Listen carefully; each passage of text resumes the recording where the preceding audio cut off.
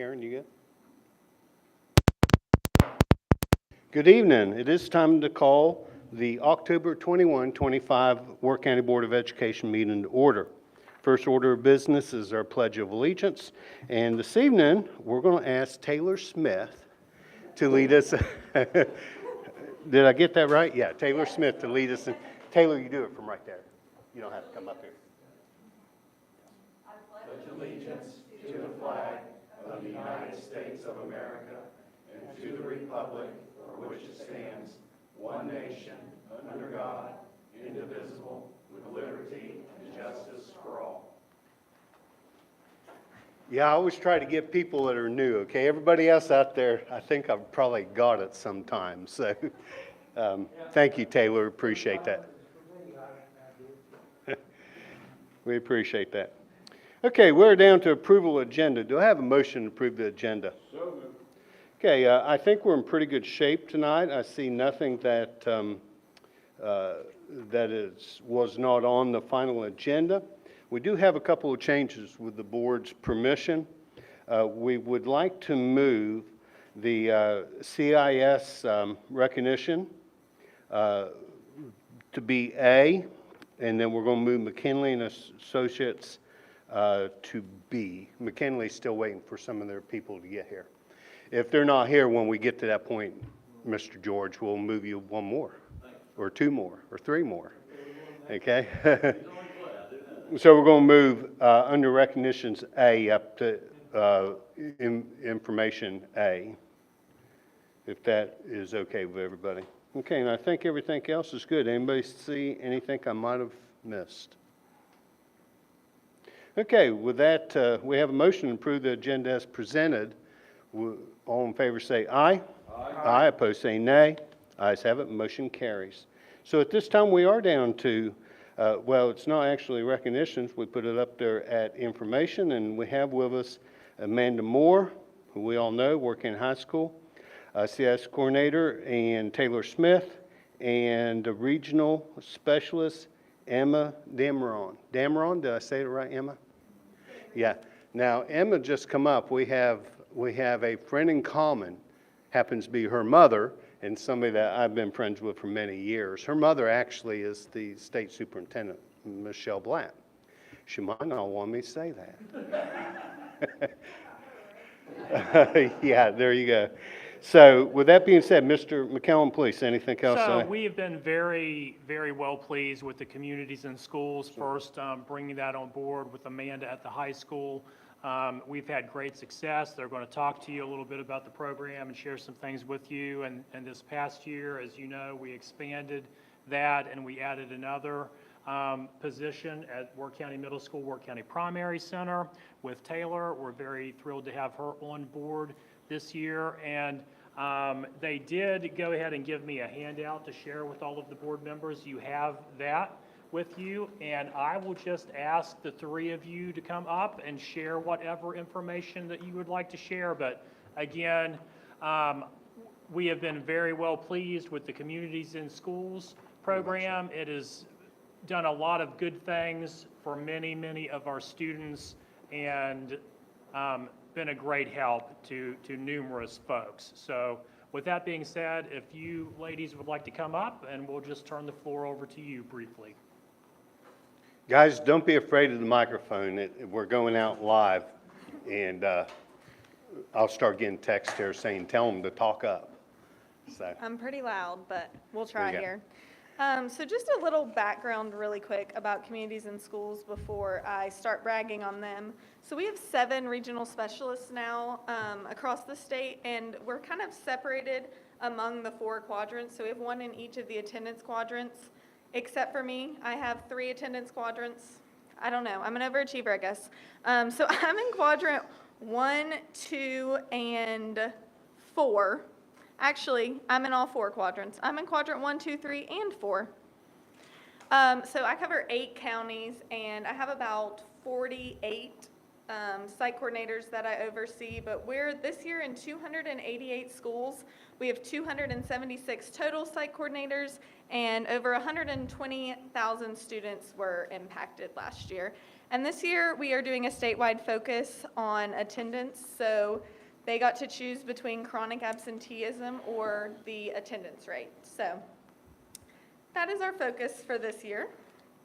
And West Virginia does it kind of special here. You can see on the back side, we have the West Virginia Department of Education, and then we have the regional and specialists who are employed by Mountain State, the former Reese's. And then we have the county contact, which for you guys is Jeff. And then we have our site coordinators that are hands-on and our collaborative partners who we work with throughout the year to get needs and resources met for the kids. So we're the only state in the entire country that does this. Every other state, there is a Communities in Schools nonprofit, and they just have, like, they have positions that they employ, and then they have an MOU with each individual county department to allow them to go in the school. So in every other state, they're not hands-on in the school, like, within every single day. So like Amanda would have an entire county and not one specific school.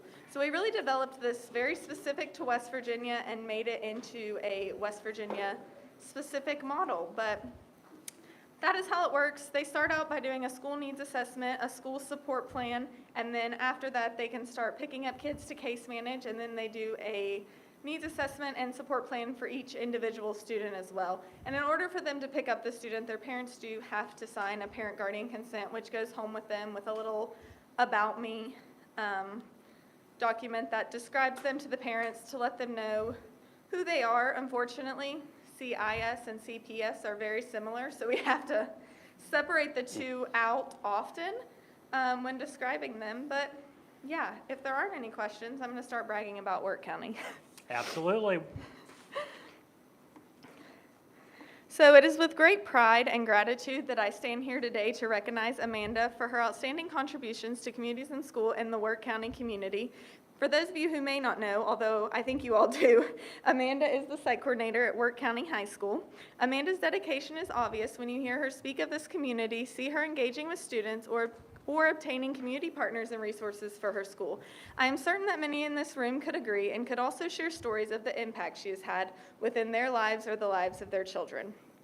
Of my 48-plus site coordinators that I oversee, Amanda is one of 3 who scored mastery or above in the system and the understanding of CIS. So I should have started with that, sorry. The system is how we track everything that happens. So any services or anything like that that Amanda provides to a student, she enters into system.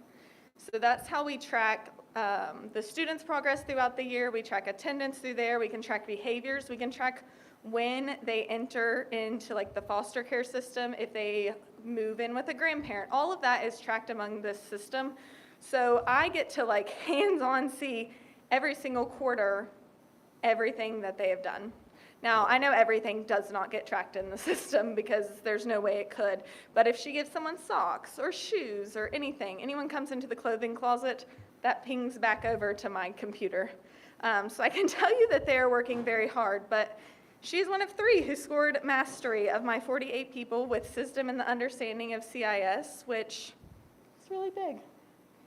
So, because of this and her strong willingness to help, she is now our Region 2 mentor and has been assisting me in mentoring Wirt, Gilmer, and Calhoun counties for the 25-26 school year. Just yesterday, we had our first quarter training for Region 2, so it was really the first time she's got to meet everybody and see faces, and I'm honestly not sure how I would have done it without her. I said Amanda help way too many times. She might be coming for my job next, because she's knee-deep in the system every day, and she sees the site coordinator side, and my side is like a state admin side. So there's specific things that they were running into, and I was like, Amanda, help again. This one, come over here, come over here. And she was able to get everybody set up. So she's not only an asset to Wirt County, but to the entire CIS West Virginia team. We are all very thankful to have her. And then in addition to this, I wanted to introduce Taylor Smith, who is the new site coordinator for the Wirt Primary and Wirt Middle School. With the help of Amanda and Taylor's love for Wirt County, her students, and this community, Taylor is already a standout in the new year of site coordinators. She has been vocal in meetings, sharing advice and tips with other new site coordinators, and she has already taken the initiative to learn the ins and the outs and is highly motivated to help her school and its community. I did not have to ask anyone to talk during our new site coordinator training, because anytime I needed someone to share out ideas, Taylor would get the conversation started, and then everyone felt comfortable, so then everyone started sharing. And if somebody raised their hand with like a problem, she was quick to jump in and be like, oh, I ran into this last week, and this is what we need to do. So I have no doubt that she's going to be a great addition to the Wirt County Communities and Schools. And yeah, I appreciate you all for letting me come speak today about the amazing work that's been done here in Wirt County, and this team truly is something to brag about. I like to brag about them. This is my first year having them, but I verified it with their site coordinator their regional specialist from last year, and he had all the same things to say. So you guys are doing great. So how many kids would you say you have touched over your time here, helping them in some capacity? Any guess? Well, I'm only at the high school, so. Taylor said, don't be humble. I would say close to 125 to 130. Her caseload average for the individualized case managed kids is 30 or above typically. So if they are case managed, she's required to do 1 monthly check-in with them a month, and then she has to progress monitor them at the end of every 9 weeks, in addition to all the other services she's providing them: food, clothes, basic needs, any kind of assistance. We broke her out counseling and therapy services and stuff like that. But at a minimum, the actual individual case managed kids, would be at least 30 a year. So I think you're well over 120, because not every kid is case managed, and not every parent wants to sign for them to be case managed. No matter what we do, some parents are just never gonna want to sign into it. But even though it is a great resource for the kids, and we are just there to help, it gets misconstrued, so. Board members, questions, comments? Yeah, you said about 30 that you case manage? Yes, Is that tier 2 or tier 3? all of the above. It's tier 1, tier 2, and tier 3. Okay, so how many do you have in tier 3? In tier 3, They're kind of required. So if they are Yeah. case managed, they have to have tier 1, tier so 2, and tier at 3 least supports. 30. So So I guess what I'm saying is, how many students are, of course, if it's tier 3, they're getting tier 1 and tier 2 services. right. So how many of the students are receiving that tier 3 in addition to the other tiers? All the case managed students get tier So 3 all supports. Yeah. 30? All 30 of them. All Tier 30 three. get, Okay. And then we have others that's not case managed that will also receive tier 3. And we have monthly meetings about our tier 2 and tier 3 students. And on that list, we probably have 60 probably on the list that we discuss monthly. And then we can add or take away. So at least 30 a month that I personally do something with tier 3. And how often do you have students that were receiving tier 3 support and then they don't need that level of support, and you can back them off to just tier 2 or tier 1 only? Or has that even happened? That, I mean, when they graduate, that happens. Okay, so if you have a Typically- student, Always happens Yeah. for them. And it's so once they're always tier been- 3, they always have access to the tier 3 support. correct. So there's, okay. Most of the time we see that if we remove the tier 3 support, then they fall right back into the old pattern, that having that one-on-one and knowing that they can have that one-on-one is what's keeping them on track. So at the end of the year too, I'm going to use an example, sorry. At the end of the year, like if she's case managing a 9th grader this year, she can refer them on into the program for the next year. And then if they don't need resources anymore, she can pick them up as non-case managed, which means she assists them lightly but doesn't have all of the monthly like data requirements, or she can pick them back up as case managed if they still need the services. But we always tell them, even if their attendance or academics or behavior is amazing on that like last quarter of school, refer them anyways, because most of the time it is their supports that has brought them there. Yeah. Most of the time when you take away those supports, they start falling back again. So now, do you see a trend on when they go from 1 to 2 or 2 to 3, a decrease in their absenteeism or missed school time? So we don't necessarily do it that way. If they are case managed, they would get tier 1, tier 2, and tier 3. We don't really like take away the tier 3 when they're doing better. We always keep it in there. No, Does that make sense? Yes, what I'm asking is, so one of the main criteria is to reduce absenteeism, Right. right? So if you have a student that is, say, tier 2, Mm-hmm.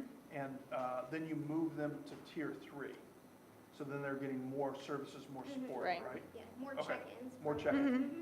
When you do that, the students that you did that to, do you see a decrease in those students' absenteeism? And if so, by how much? So I can say that I looked at her data from last school year because we just are right now finishing the first 9 weeks of school data. And last year her focus was also attendance. It wasn't a statewide focus last year, but Amanda had attendance as a focus. And 100% of the students she case managed met their final goal achievement. So at the beginning of the year, she sets a goal, which is to either reduce the attendance rate, increase the attendance rate, or reduce the chronic absenteeism. And we typically say between 3 to 5%. So is that what you did for last year's goals? Yeah. So 100% of the students she had case managed had reached that final goal by the end of quarter 4. Does that help answer that question? So 100% of students case managed had a 3 to 5% improvement in Yes. attendance. Mm-hmm. Yeah, and I can get you guys the data among all 5 years if you're interested in that. I wanted to bring it to this meeting, but we have to reach out to national to be able to track the whole 5 years, and they are on their breaks. They don't break in the summer, so they're on a fall break right now. But I can reach out and we can actually track the improvement among the case managed students Right, so- from her year 1 to her now year 5. So what I'm Or year interested 3, I'm in- sorry. So what I'm interested in is improvements with students that are receiving different supports versus students that aren't.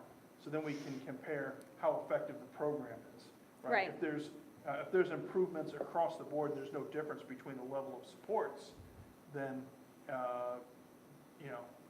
that doesn't show effectiveness because everything is effective equally.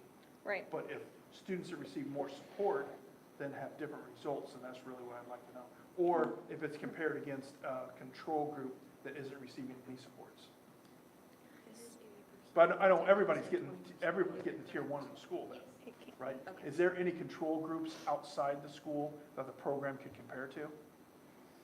What do you mean by control groups outside of the school?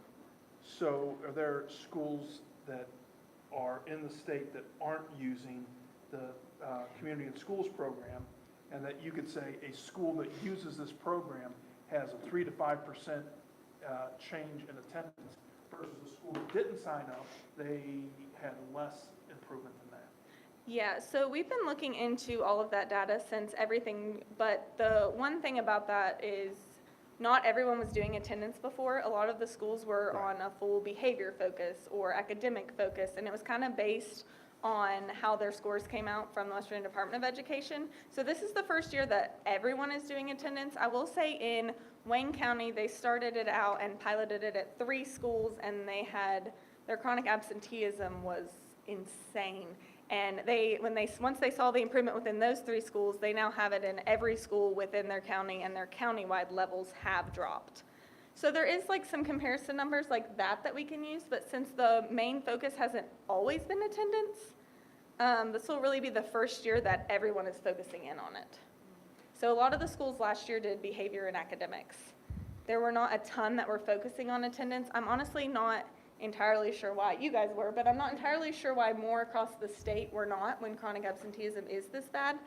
But as far as comparing a school without and a school with, it would kind of be like apples and bananas, honestly, I think, because not everyone has been focused on it the whole time. Does that make sense? Yeah, I'm just trying to see if there's a point of comparison. Because I don't doubt that you do good things. Right. But good things as compared to what? Right. And the easiest way would be compared to someone who isn't trying those same actions. Yeah, I can definitely see if they have done any comparisons for the state level between schools that are not using it and schools that are, because many of the counties only have it in the lower income schools. They're not countywide. They put them more towards the lower income schools so that they can get the basic needs and resources as well and not full on the attendance focus. They're there for the things that are the barriers to attendance, if that makes sense. And that's something they have been able to identify as well by doing the tiered 3 supports and the one-on-ones and talking with the parents. And we have a referral attendance sheet too that they can use when they do home visits or when they meet with parents, or they can send home that the parents can fill out that just has simple questions like, does your student have a healthy relationship with at least one adult within your school?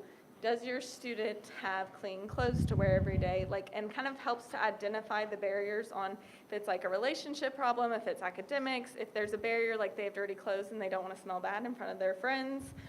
Taylor was doing laundry today for a family that does not have a washer and dryer. They dropped it off and she threw it in and folded it and sent them on their way. So we kind of try to address all the barriers that are stopping them from attending besides just the fact that they don't want to, which is sometimes a high school problem. They just don't want to. But a lot of times in the elementary and middle school, they don't have clean clothes, they don't have food, transportation is stopped. And so we sort of try to fully surround the kids with every support that they would need to be able to attend. So they dig a lot deeper than would be dug in a regular school, if that makes sense. They really dig into the problem and assess that issue.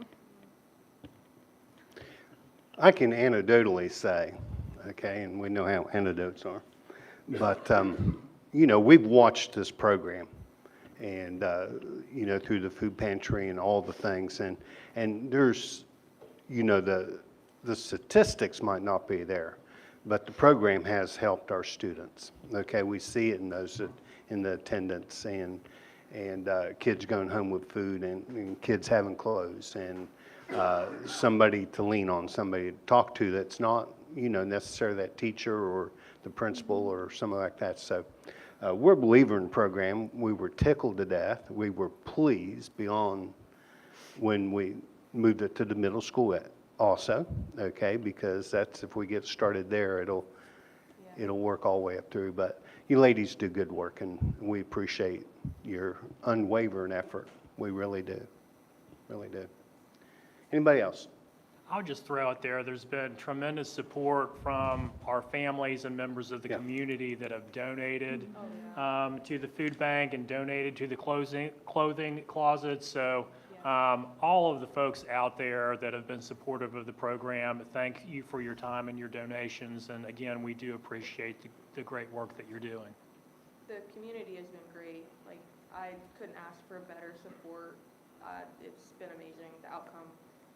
So I can't wait to see how this year progresses with the support. So I'm really excited to see that. So have you moved the food pantry totally to the middle school, or do you still have one No, both we have places? separate. Okay, I wasn't sure, and back in my mind for some reason, I was thinking they had moved to the middle school, but it's still both places. As part of the CIS contract, they're required to have a food pantry and clothing closet within each school so that it's accessible to those students as the need would arise. So that is part of one of the requirements. They have to have one within the building. And Taylor actually just did you can have one between elementary and middle. Is that your question? Yep. She has one for elementary and middle because it's the same building. Yes. But Taylor just did a Halloween costume drive. So the students within the Yes. school that did not have Halloween costumes to wear when all the kids get to come in their Halloween costumes, now they do. Yes. She got lots of fun Halloween costumes. I've been Yeah. giving them actually out to a lot of students, and they were so excited to be able to pick out a costume. I know that you guys go deeper Yeah. than that food pantry. I realize that, and deeper than the clothes, but that's what our people see, okay? And if you're reading and following now, the SNAP probably going to get cut here in a little bit. Oh my, we'll definitely need you guys. Yeah. Yeah. And I will also add that they are going on, is your all's Wednesday? Of Clarksburg, is that when? Tuesday. They are going on Tuesday of next week. Sorry, I'm on the road the whole week for this event. But they are going on Tuesday to Clarksburg, and they are each receiving $1,500 for their food pantry, clothing closet, any basic needs. Sean Ball of L&S Toyota out of Beckley started it several years ago. This is the first year that Wirt County has been eligible, though. He partnered with Brad Smith's Wing to Wing Foundation President Marshall. And then he partnered with the PAC Foundation, which is run by Larry and Lisa Pack. Larry's our current state treasurer as well. But he partnered with them, so they were able to do it statewide. So CIS or not, every single school within this state is getting $1,500 that they can use for basic needs on an as-needed basis. It kind of comes in sort of like cash, so they can meet each individual student need as it comes. They don't have to spend it all at once or on a specific item. It's just there's a list of what qualifies as a basic need. But they're going to travel to pick up their checks, which is the only requirement. They have to come and hang out, and Dottie is going to be on the panel to speak on how CIS has impacted the high school, and they're going to come home with $3,000 for the county. So Fantastic. they will be deal. doing that on Tuesday as well, so continue building up that food pantry. Good deal. Anybody else? Ms. Stewart, I know you help with the food pantry a bunch. What all was Amanda, you said that was master, is that? She hit mastery level, yes. Okay, what's that? So How do you get to be a master? how do you get to be, I would love to know. I don't know that I'm a master right now.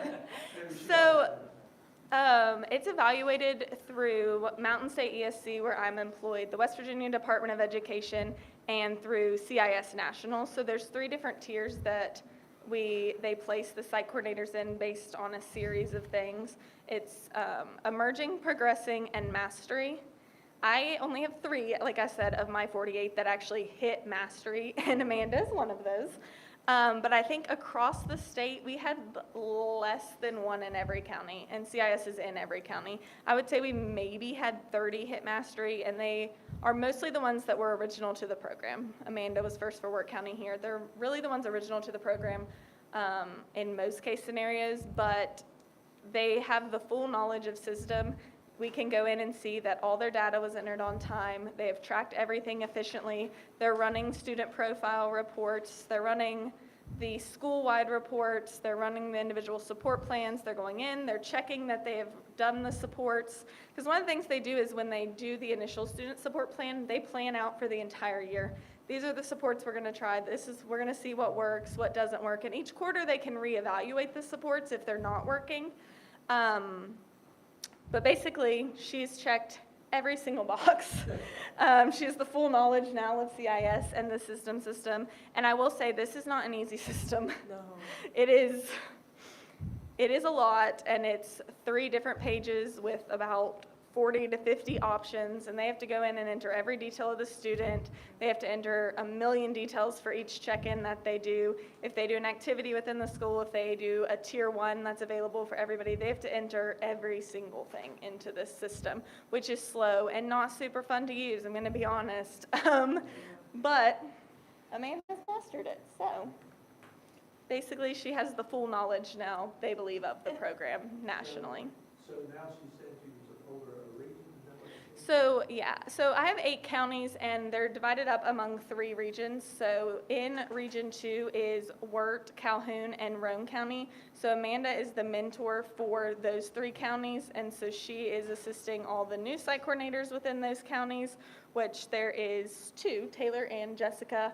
As well as when we host any of the regional trainings and stuff, she is hands-on helping me get around to each person, verifying everybody's data, verifying that it's correct and entered correctly, and sort of alleviating me having to go to 18 site coordinators on my own and check all their data so we can make sure everything follows all the state guidelines and national guidelines. So in other words, she's very dedicated. Yes, she's very dedicated. Yeah, she's been very helpful. And I've also met Taylor, and I'm very impressed with what she does every day and how much she is involved with the kids. yeah, I came down her first week. I think, was it your first week or second week I within think the it was school? second, yeah. Second week within the school, and half the kids already knew exactly who she was and were stopping her and high-fiving her in the hallway, and kids were already in her office asking for food, or Yeah. someone had an accident and needed clothes, and somebody needed new shoes because their shoes were falling apart. And in my one day there, I was like, oh my gosh, she's already fully emerged within the school. I was very impressed because does not always happen in all of our counties. All of our counties are not always welcome to the new CIS site coordinators, and sometimes they really struggle to get into the school systems. And that is definitely not happening here in Wirt County because she was fully emerged on that week too. Yeah. She was in there and the kids already Always knew. something, Yeah, They already knew they could come to her. yeah. I love it. Okay, guys, let's get a picture. We don't have a plaque or anything, do we? Or, but let's get a picture, get it in the paper. Sherry, Rebecca is at the Yeah. letters training, so if you don't mind. You're back here by the flag. Yeah. No, I think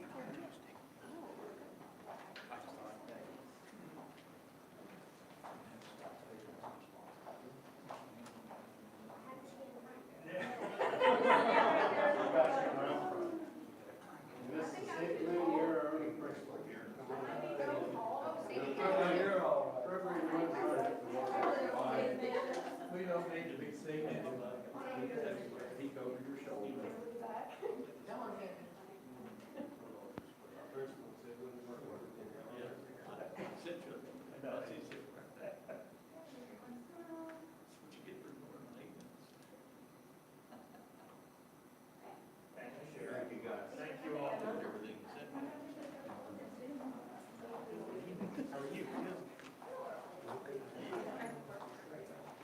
We didn't mean to cut anybody off. If there's any other questions, we can still entertain those. Thank you, ladies, for coming out. Thank you. Okay, so now we're going to go back and we're going to have McKinley Architecture and Engineering pre-bond service information. And I'll turn that over to Mr. McCown. So, yeah, we do have Ernie Delatorre and Terry George from McKinley with us this evening to talk about pre-bond services. And I will just turn the floor over to Ernie. Okay. I'm happy that you fought your way through traffic and road construction and Well, made it your started out segue. with traffic, and then I got off of Rockport Road. Then I missed my first left. What is that, Tucker Road? Yep. Then it took me all the way around, so Yeah. I apologize. I hate being late, so I do apologize for that. But what Terry's is handing out is kind of synopsis of our pre-bond planning services that we've implemented across the state. And it's been a very successful plan.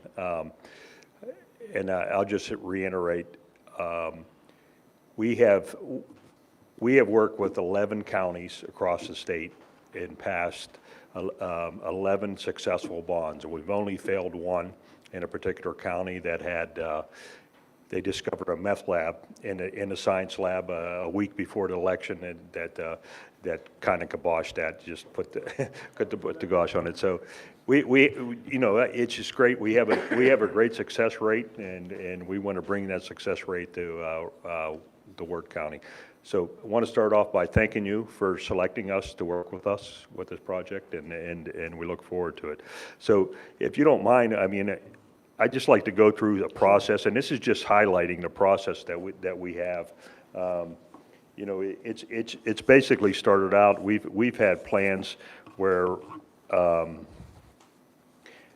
they, you know, we list tasks that are required to submit, you know, for bond completion, who's responsible, time, you know, who's assisting them, and the timeline that needs to be completed. So we've gone from a simple schedule of just listing them to now we're at sort of a Gantt schedule that we use, and it's been a successful. You need a copy there.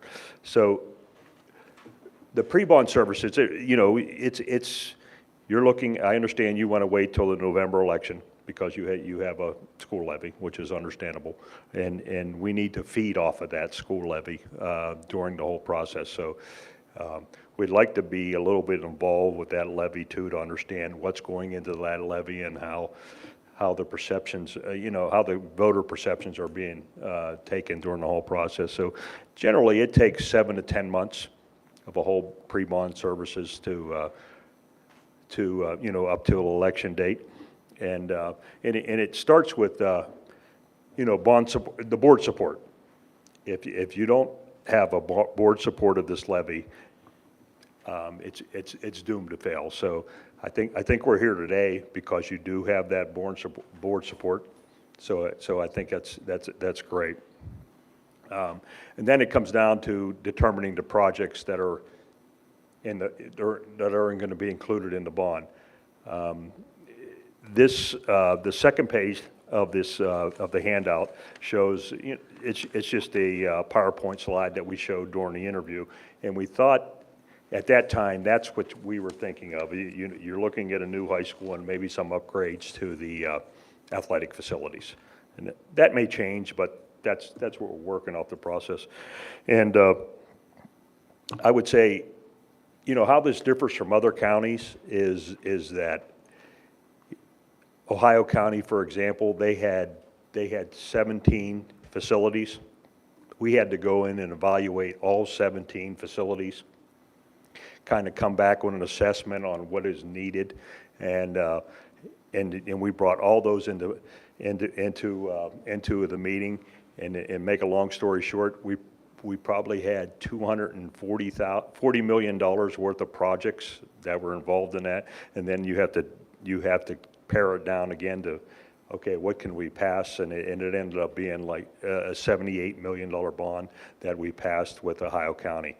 This is a little different in that, unless things have changed from when we've talked originally, you have a new high school, which is, you can follow the SBA formula, and there may be some tweaks, whether you want to, increase the scope a little bit by things that fit your community or not, and then the athletic facility. So I don't want to say it's easier, but it's more focused than something we do in Wood County, Ohio County, or Berkeley County that have multiple schools, and we're trying to spread the money across the bond. And then so in this case, we will take, you're looking at a new high school, athletic facilities and whatever that changes, and then say, okay, let's get support within the community, within the administration, within the community. Is there objection to it? I mean, how do we address that so that we're listening to everyone? And then somewhere along that line, we come to a final bond selection projects. What projects are going to be in this bond? What do we think is going to be in this bond? Because that's important so that we can start focusing on those projects and telling the voters, the staff, administration, what we're going to do in this bond. And then we have to have a support from the board at that point. We're reconfirming and coming back to the board and saying, this is what we're going to the public with.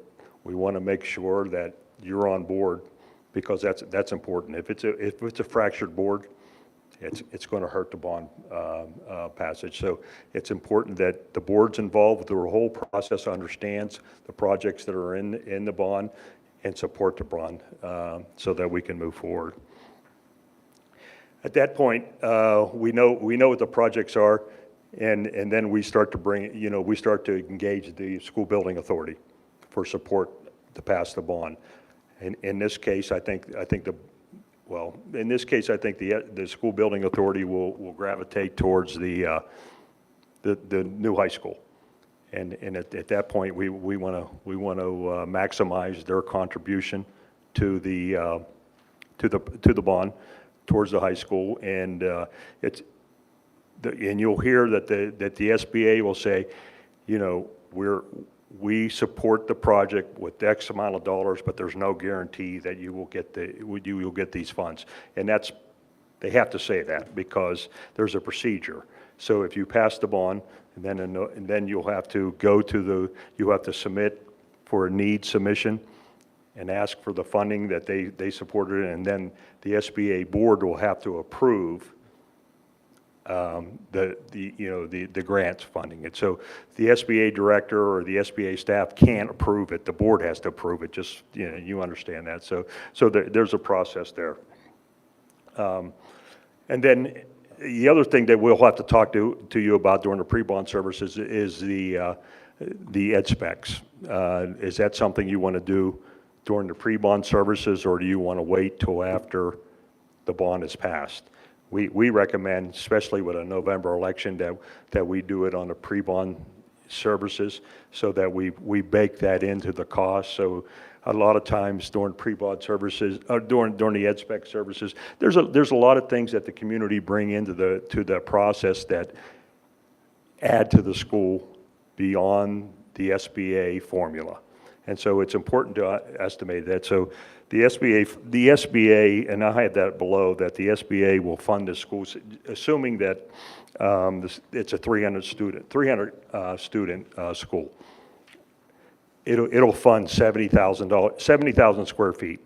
But if there's extras in there that you want, like collaborative spaces or STEM spaces that'll go beyond that, we need to include that in the bond, because that's a portion of the project that the bond would have to cover, not the SBA, and they would exclude that. So it's, we always recommended that we do the ed specs prior to the SBA submission, so that we include that on there. And then after that point, then we start to form the school bond committees, and include, the Board of Education, administration, just the different staff members, which you got special ed, maintenance, food service, IT, all those people that would have ideas, that we have to keep them included so that we hear their ideas. We can't always include every idea that's in there. It mainly comes down to cost, but at least we've listened, which is important factor in passing a bond. And so at that point, I listed here, and these are pretty close to successful items that we're going to go through, but they could change every once. But site selection, preliminary, we thought, how could we facilitate here on the existing site, which has some challenges, but it's something that we can overcome, and it would be maybe building a portion of the school on an existing lot, and then tearing down a portion of the school, and then continuing the construction. Terry's old county in Fayette County, where he came from, we just finished a project like that he started before he retired there, which was a PK to 12. Yeah, Meadowbridge PK through 12, which was, we started out with the high school, tore down the existing high school, put the middle school in, tore down the middle school, and then ended up putting the elementary school on it, and we're finishing up that project right now. This is similar to that, probably not as complex as that one, but we have that experience. Cost estimates. That's very important that we get it right and during this process, because you can only go to the voters one time, and you ask for X amount of dollars from the voters, and you're asking for X amount of dollars from the SBA or whatever funding sources that we can come up with. You got the one-time shot, so we got to get it right. We got to get the scope right, and we got to get the estimates right. And we have a excellent record of doing that. We do a dual purpose type thing in our company, where we do them internally, where we, like during the preliminary discussions, we talk about, okay, a new school would cost this, the fields or anything that you want to upgrade on the fields, where field houses and turf and all that, we can put a number to that. But then when we get closer, we engage a third party estimator, just to be sure that it's a checks and balance, because once you pass the bond, that's the funding you have, and you got to make it work. So we want to get it right. And then once we're there, we're gonna obtain the conditional SBA commitment that I spoke about earlier, and we have an excellent record working with the SBA to maximize the dollars that we can get with the SBA. We've done that across all of our projects, and then we start our bond focus groups, which determine the message, and that's very important, where we want to work with you on that aspect, and there's a lot of ways we can go with bond messaging, but it has to fit Wirt County. So we can come in here and say what we did in Wyoming County, what we did in Wood County, what we did in Berkeley County, what we did in Ohio County, what we did in Brooke County, but we have to match what fits here in Wirt County, and I need you to tell us what trips the trigger here in Wirt County. And that's very important. You know, for us to come in here and say, you need to tell the voters this, this, and this, we're doomed to fail. You need to tell us what's important. What's important to your voters, what's important to your students, what's important to your parents, and then go from there. At that point, then we advise that you start to retain your bond and finance counsel and bring them on board, because now we have to determine, now we have a scope, we have an estimate. What is that bond going to look like based on what the SBA is giving, and then what we're going to go to the public for? So what's that look like for the voter? And we always like to use an estimate of like a typical $100,000 house.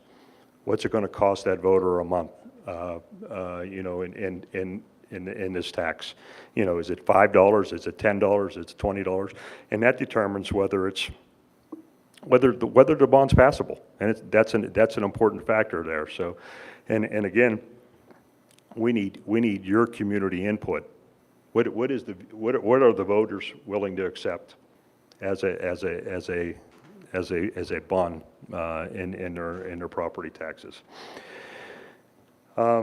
And then once we get there, you know, we're going through that, and then it's got to come to a point where we need a final bond, a board commitment on the bond, and your bond counsel will work with you on that. So at that point, you have the bond language that you have that's going to be advertised, and the bond counsel is going to ask you to have a meeting and to vote on that bond, to support that bond.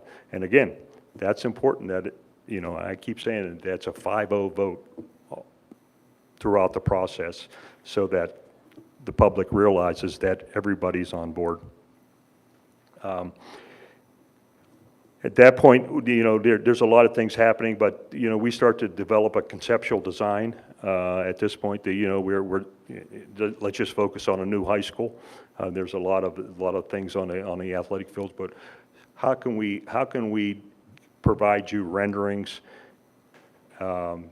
walkthroughs, fly-throughs, and things that the voters can see what they're going to get for what they're going to, you know, what we're asking to pay for, and that's very important, because, you know, what we see, what we combat in a lot of counties is that a lot of voters say, yeah, we're going to give you this money and we never know what we're going to give you. But if we can show them what a school can look like, what a field house can look like, what a locker room, what a new turf, or you know, I'm just throwing things out there. I don't know if these are in there, but that's very important. And we need to provide you the visuals, because those are the easiest things to sell in a pre-bond vote.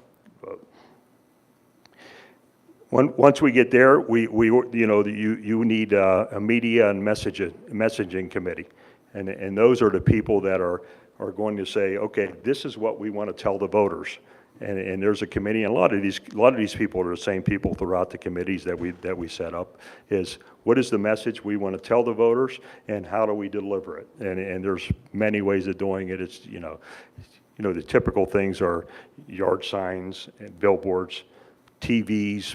Little bit prohibited, because you know, they don't focus on, you know, it's expensive because it takes a wide range of TV people that are not voters, but there's other things out there that we can do that target your voters, people that are in there. So we'll bring that to the table during that process, and then we establish the bond stakeholders. Those are your your administration and your community leaders, people that are on board, want to see this pass, and you know, that can be bankers, attorneys, you know, the sheriff, commissioners, people that are supporting the bond. Who are those stakeholders that are supporting the bond and are willing to go out there and tell them why they should support the bond? So that's important also.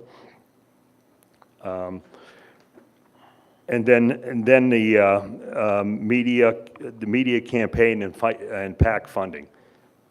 It would cost dollars to get the message out. And that's an important factor. You cannot do that as a board to support it, but we can form PACs that can take contributions to fund whatever campaign we need. So we need to determine what is that amount we have to get to. I mean, we've done it as little as $5,000, and we've raised as many as $50,000 in certain communities to pass a bond. But what works in Wirt County, and how do we get there? And who do we attract to contribute to those funds? So, coming up to the election date, and hopefully celebrating a bond election. So, that's sort of a brief synopsis of what we do. I mean, it's there's a lot of work in there. I kind of just highlighted the areas that I think that you would want to hear. You're looking at just the high school. If we use the 300 student count, I think you're at 280 now or somewhere around there. And so 300 was a good place to go where you look at utilization. You want to, ability to expand.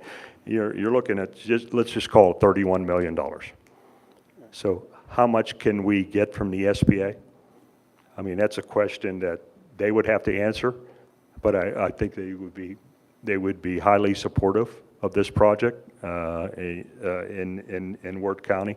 And then over and above that, whatever we're going to do with the other projects, whether athletic fields improvements or whatever. So that's where we'd work from. So I would open up the questions at that point. Questions? Folks, all I can tell you is that from past experience, when you start a new project like this, and you start construction, especially in communities like this, people are gonna bring lawn chairs out and just watch the construction. I've watched it happen multiple times. The excitement just builds. Once you get that bond passed, or you do whatever you're gonna do to finance a building, the excitement grows in the community. People wanna come out, and they're gonna be here at the board meeting and ask you, when are we gonna move in? Yeah. That's gonna be a question on every night. When do we move in? Because the excitement builds. People like to have new schools. Trust me, I've been involved with a bunch of them. So play on that. In Hampshire County, we passed the bond in 2000. And it happened to be during COVID that we passed the bond. Prior to that, they were unable to pass a bond or a levy for over 10 years. We worked with them, put this program in place. We passed the bond. People were so excited about what happened there, and they saw what happened there. They were able to pass a levy now for that. So it just feeds off itself, and that's sort of what Terry was kind of implying to. Enthusiasm just builds. So with previous counties that have done this, do you have an idea the percentage that the SBA would cover versus what local taxpayers would cover? I'm gonna let Ernie answer that, but it varies. It does vary, and that would be an SBA decision on what they're going to contribute there. So, just to give you an idea, we did 3 elementary schools in Hampshire County, and it was $54 million, and they contributed $24 million. Berkeley and Wood County, we did the same thing there, 3 elementary schools. It was a little bit more, $27 million, and they also got $24 million. But it really comes down to, there's not a science to it, like we'll give you 10%, we'll give you 20%, we'll give you 30%. What's out there that makes them, what funding did they see available in the coming year when we go? So we would be going in 2026 needs. How much money is available? It would be a multi-year funding, no matter what they gave us. So just say they gave us 20 million, and I'm not saying that they would give us 20 million. If they gave us 20 million, I would see that being, like a 10 million the first year, 10 million the second year, something like that. Okay.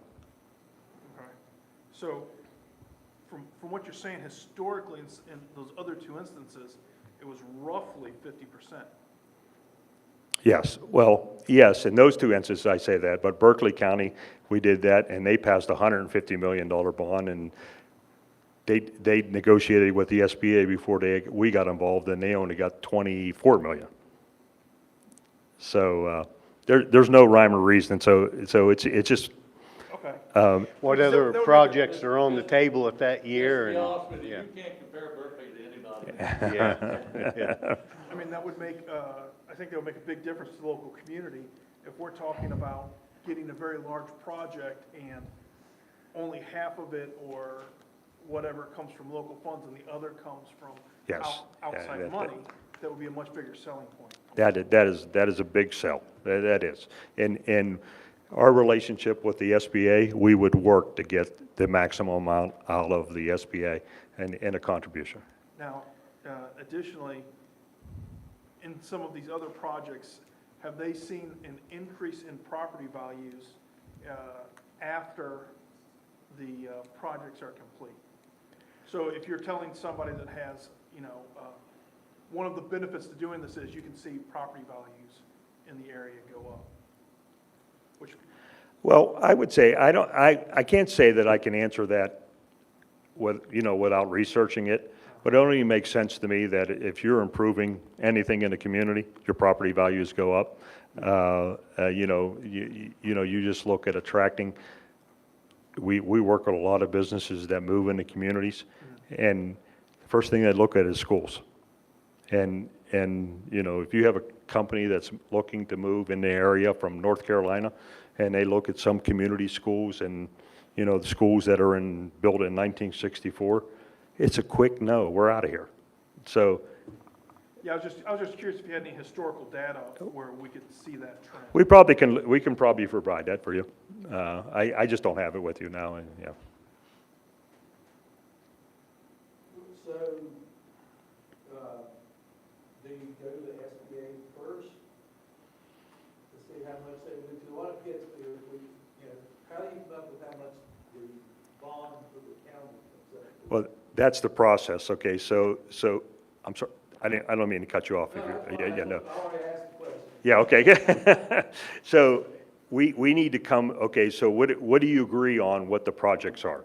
So the SBA is going to want to say, what are the projects? And then they're going to tell you what projects they want to be involved with. So if we just go on this page here and just, it may change, but you got a new high school and athletic complex improvement. They're not allowed to improve, they're not allowed to contribute to your athletics. So it'll be totally on the high school in this scenario. So we need to say, okay, so at this point, we're looking at a high school that's $31 million. That's what we approach them with. It's $31 million for the high school, and just to use a number, we are putting another, just a round number, $10 million into the athletic fields, which is probably a high number, but just to use that. So we got $40 million in this. What would you contribute to the high school? And so, and then you can, then we market that as, and say, so again, just use a number, we're at 40 million, SBA's given $20 million to the high school, which we don't know if that's true or not. We can go to the voters and say, we're doing $40 million in projects here. The SBA is providing 20 million, or 15 million, or 10 million. But they want to see what the project is. So actually, you'll see what the SBA would do then to the county, correct? Yes. So then the process is come up with the project, which includes a projected cost for the project. Yeah. Once you know how much you need to spend to make that happen, then the second step is to go to the SBA. Yes. And then you subtract those two numbers, and then the third step then is to go to the voters. Yes. With sub-steps Right. in between. Yeah.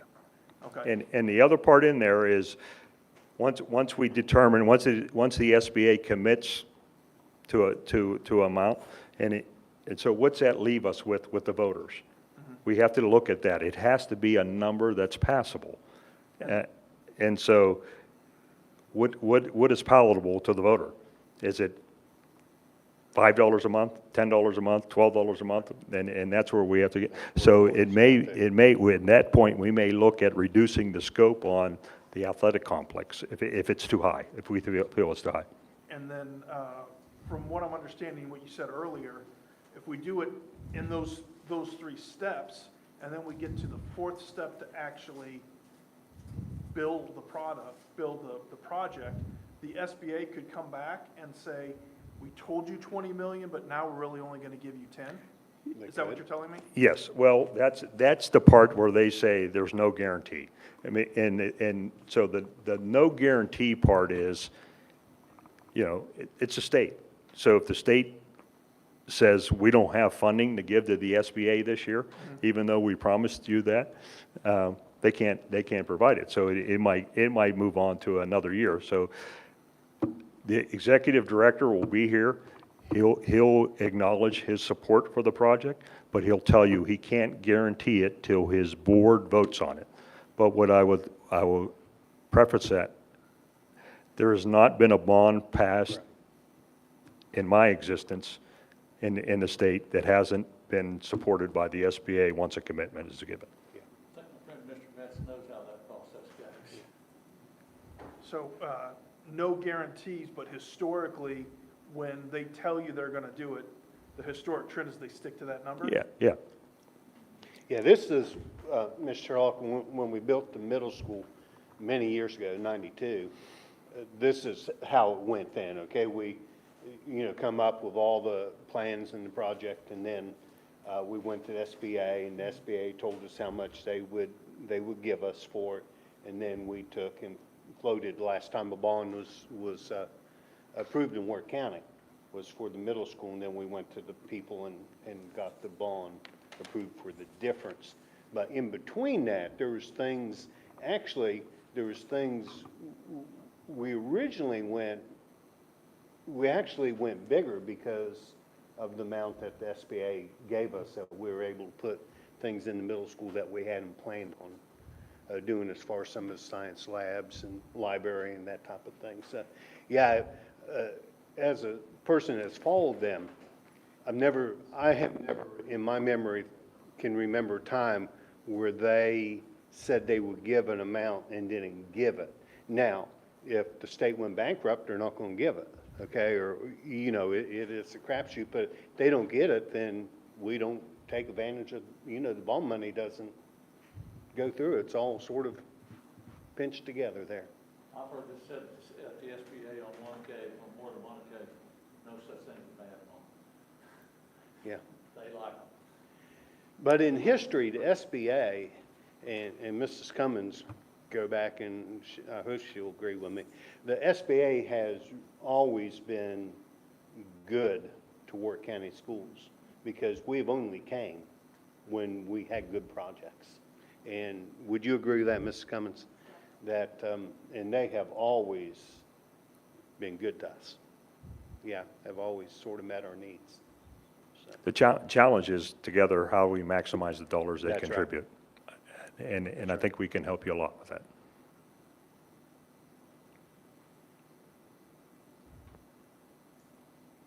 Other questions, board members? Mr. McCallum? Well, I want to thank you both for coming and sharing the information. I know you both have put in several miles to get here this evening, so thank you for coming. Look forward to working with you, and excited to see what the future holds. So I thank you. appreciate it. Once again, I apologize for running a few minutes behind, but. Yeah. I'm gonna play dodgeball with deer on route. There you go. Yeah, really. John, as always, if you need something, you know how to get. Absolutely. Thank you. Appreciate it. Thank you, gentlemen. Nice seeing you. Good to see you again.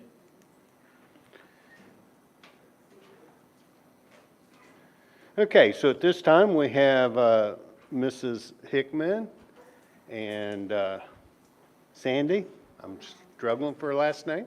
Sandy Harris just sits And back there Mrs. and cheers Harris? me on. Sandy, She are you won't just ever- moral support? She is. Okay. The ultimate teammate. No, I've already told Ms. Hickman that she's going to do the presentation, but Mrs. Harris is going to answer all questions. Okay, so, That would be great. I mean, that works for me. go ahead, Gail. I went ahead and made you copies of the presentation.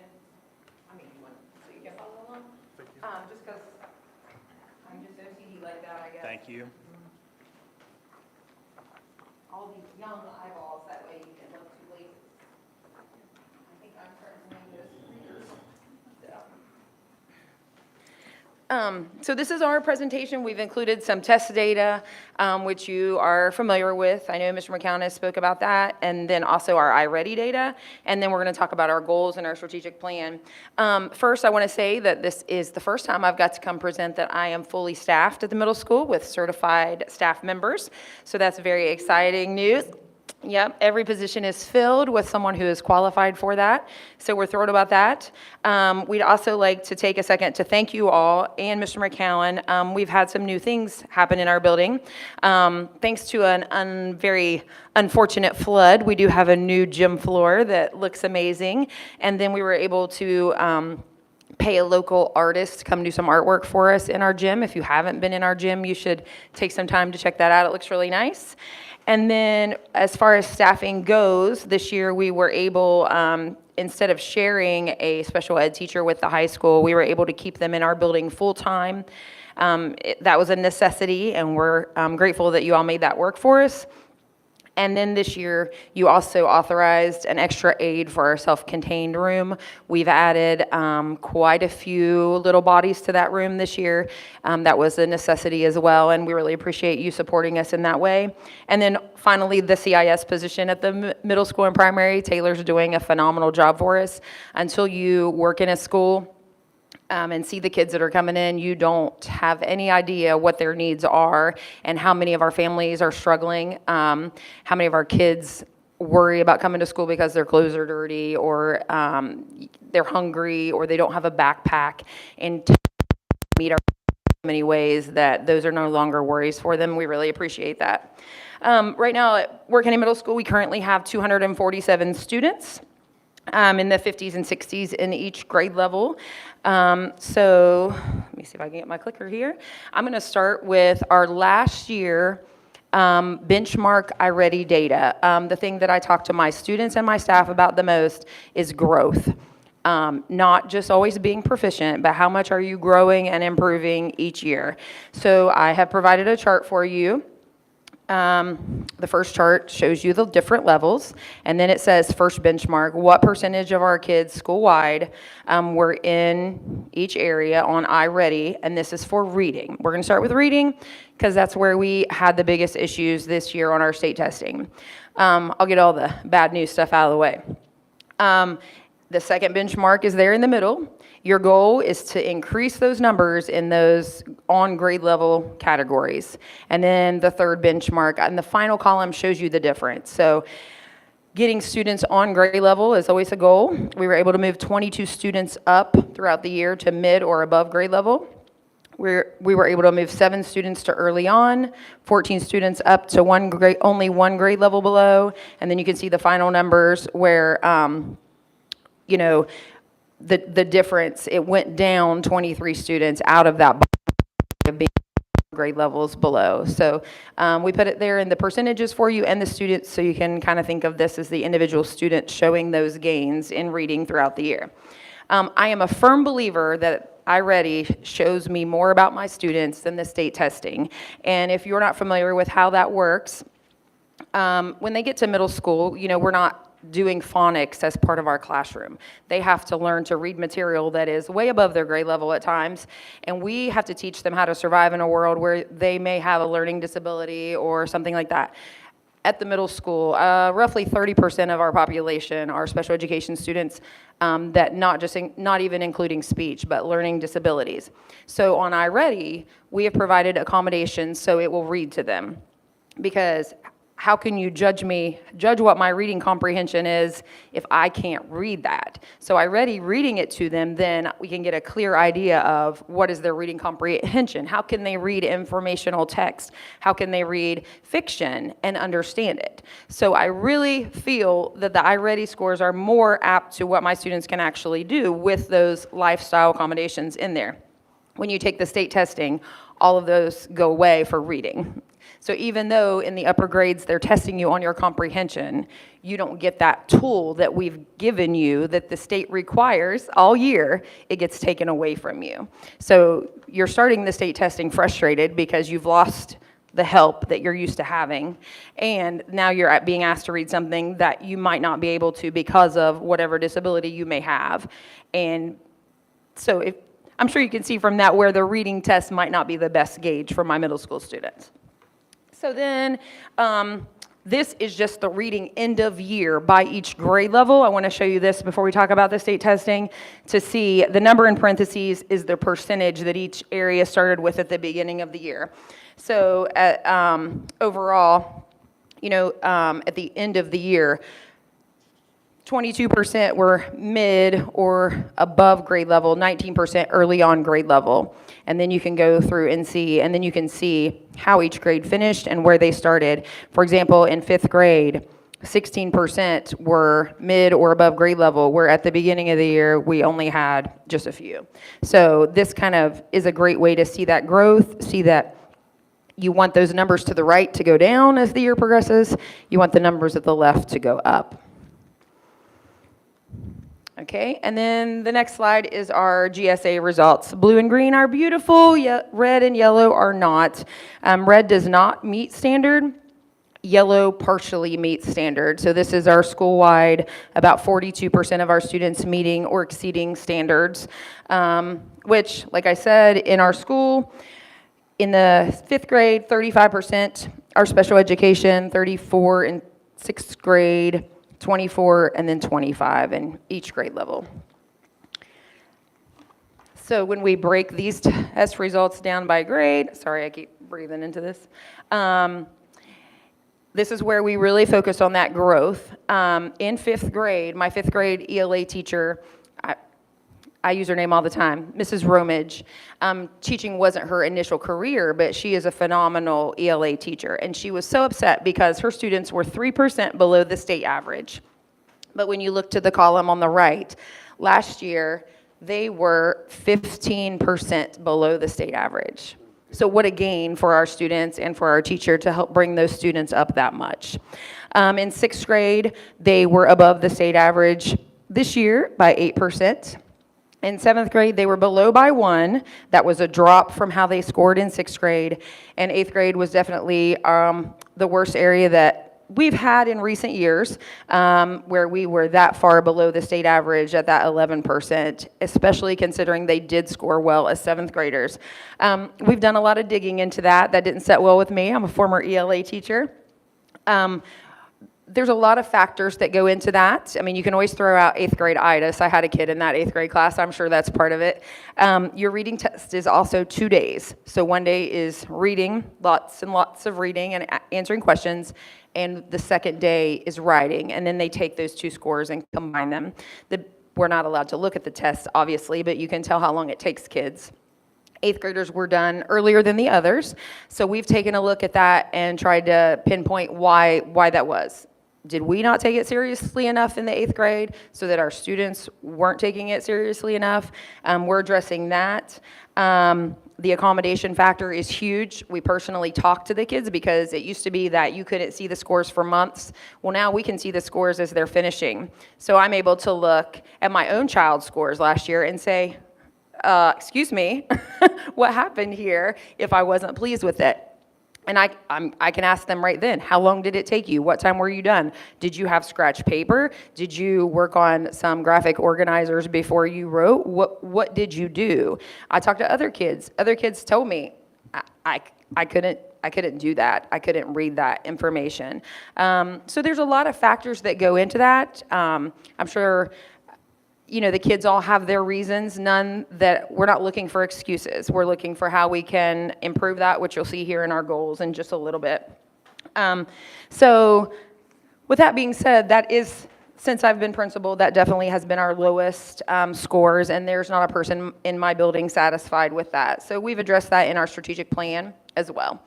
Going on to my data, Jeff told me the high school took an hour, so I can't get close to that. I'll try not to. The math benchmark data, I set up in a similar way, so you can see where we started with our first benchmark and where our students ended. So we were able to move 25 students to mid or above grade level throughout the year, 22 students to early on grade level. And then you want those lower levels, you want to move students up out of there, so you can see that we did indeed do that with those percentages going down throughout the year. Here's the end of year grade level, same thing, that number in parentheses is the percent they started with at the beginning of the year. So in 5th grade, they only had 2% of the kids on grade level when they started the year. So we were able to move that quite a bit.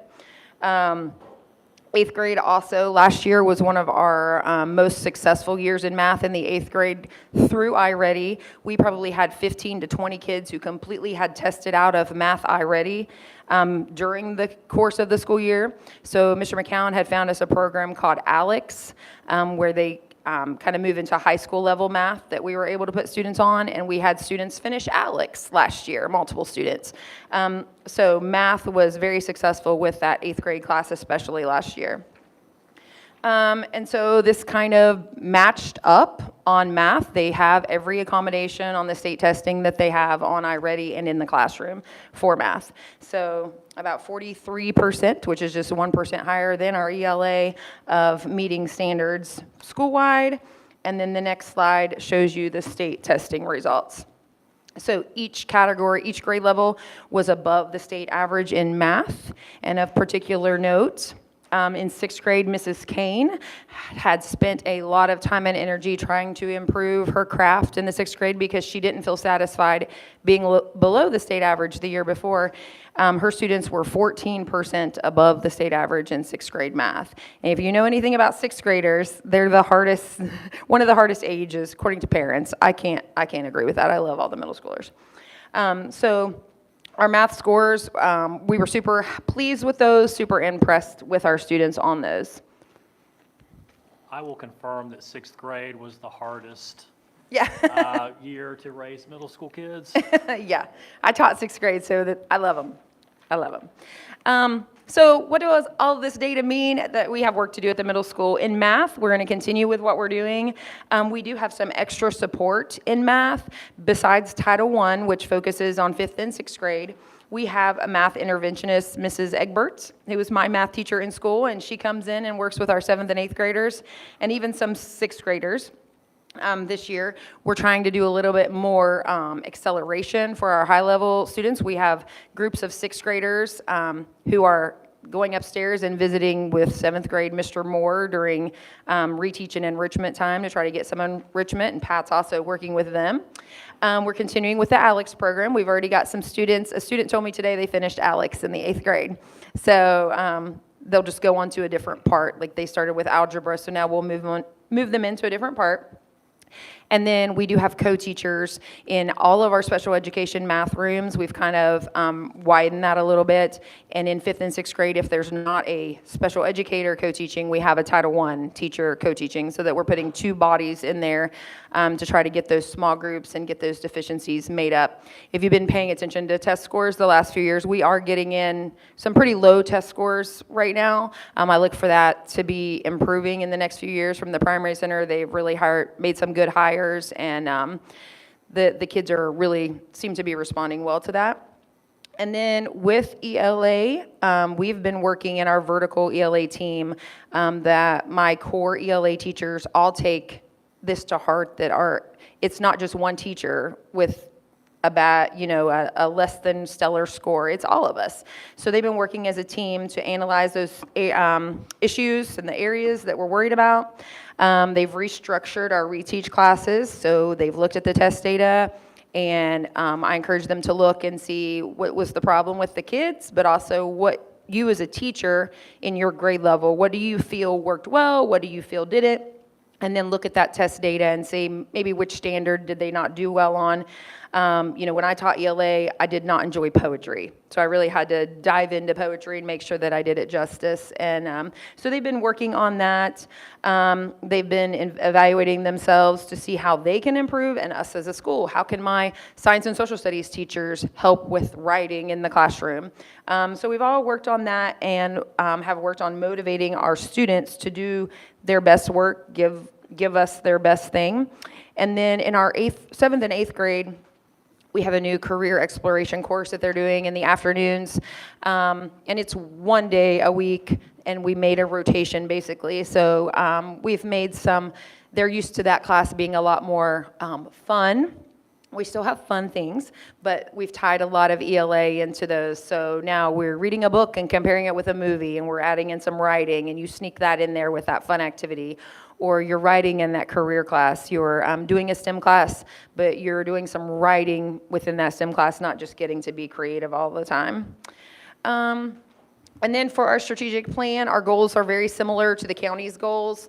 We want to improve our overall school climate and culture, and that should help improve our attendance and decrease our suspensions. Our attendance has improved 1% each year since 2021. So it was 92% last year. Right now, we're on pace. We're at 94% attendance at the middle school. And our suspensions were down. In 21, it was 34 students had a suspension. So 15 last year we're improving in the right direction. And our kids are really working in our building to take ownership. They're proud of that gym floor. If they catch you with your boots on it, they're going to tell you about it. And they're going to clean them up. And we have our PBIS program in full swing. We have our posters throughout our building. Our students are responding well to all of the fun activities and incentives that we do. We're working on tracking that attendance.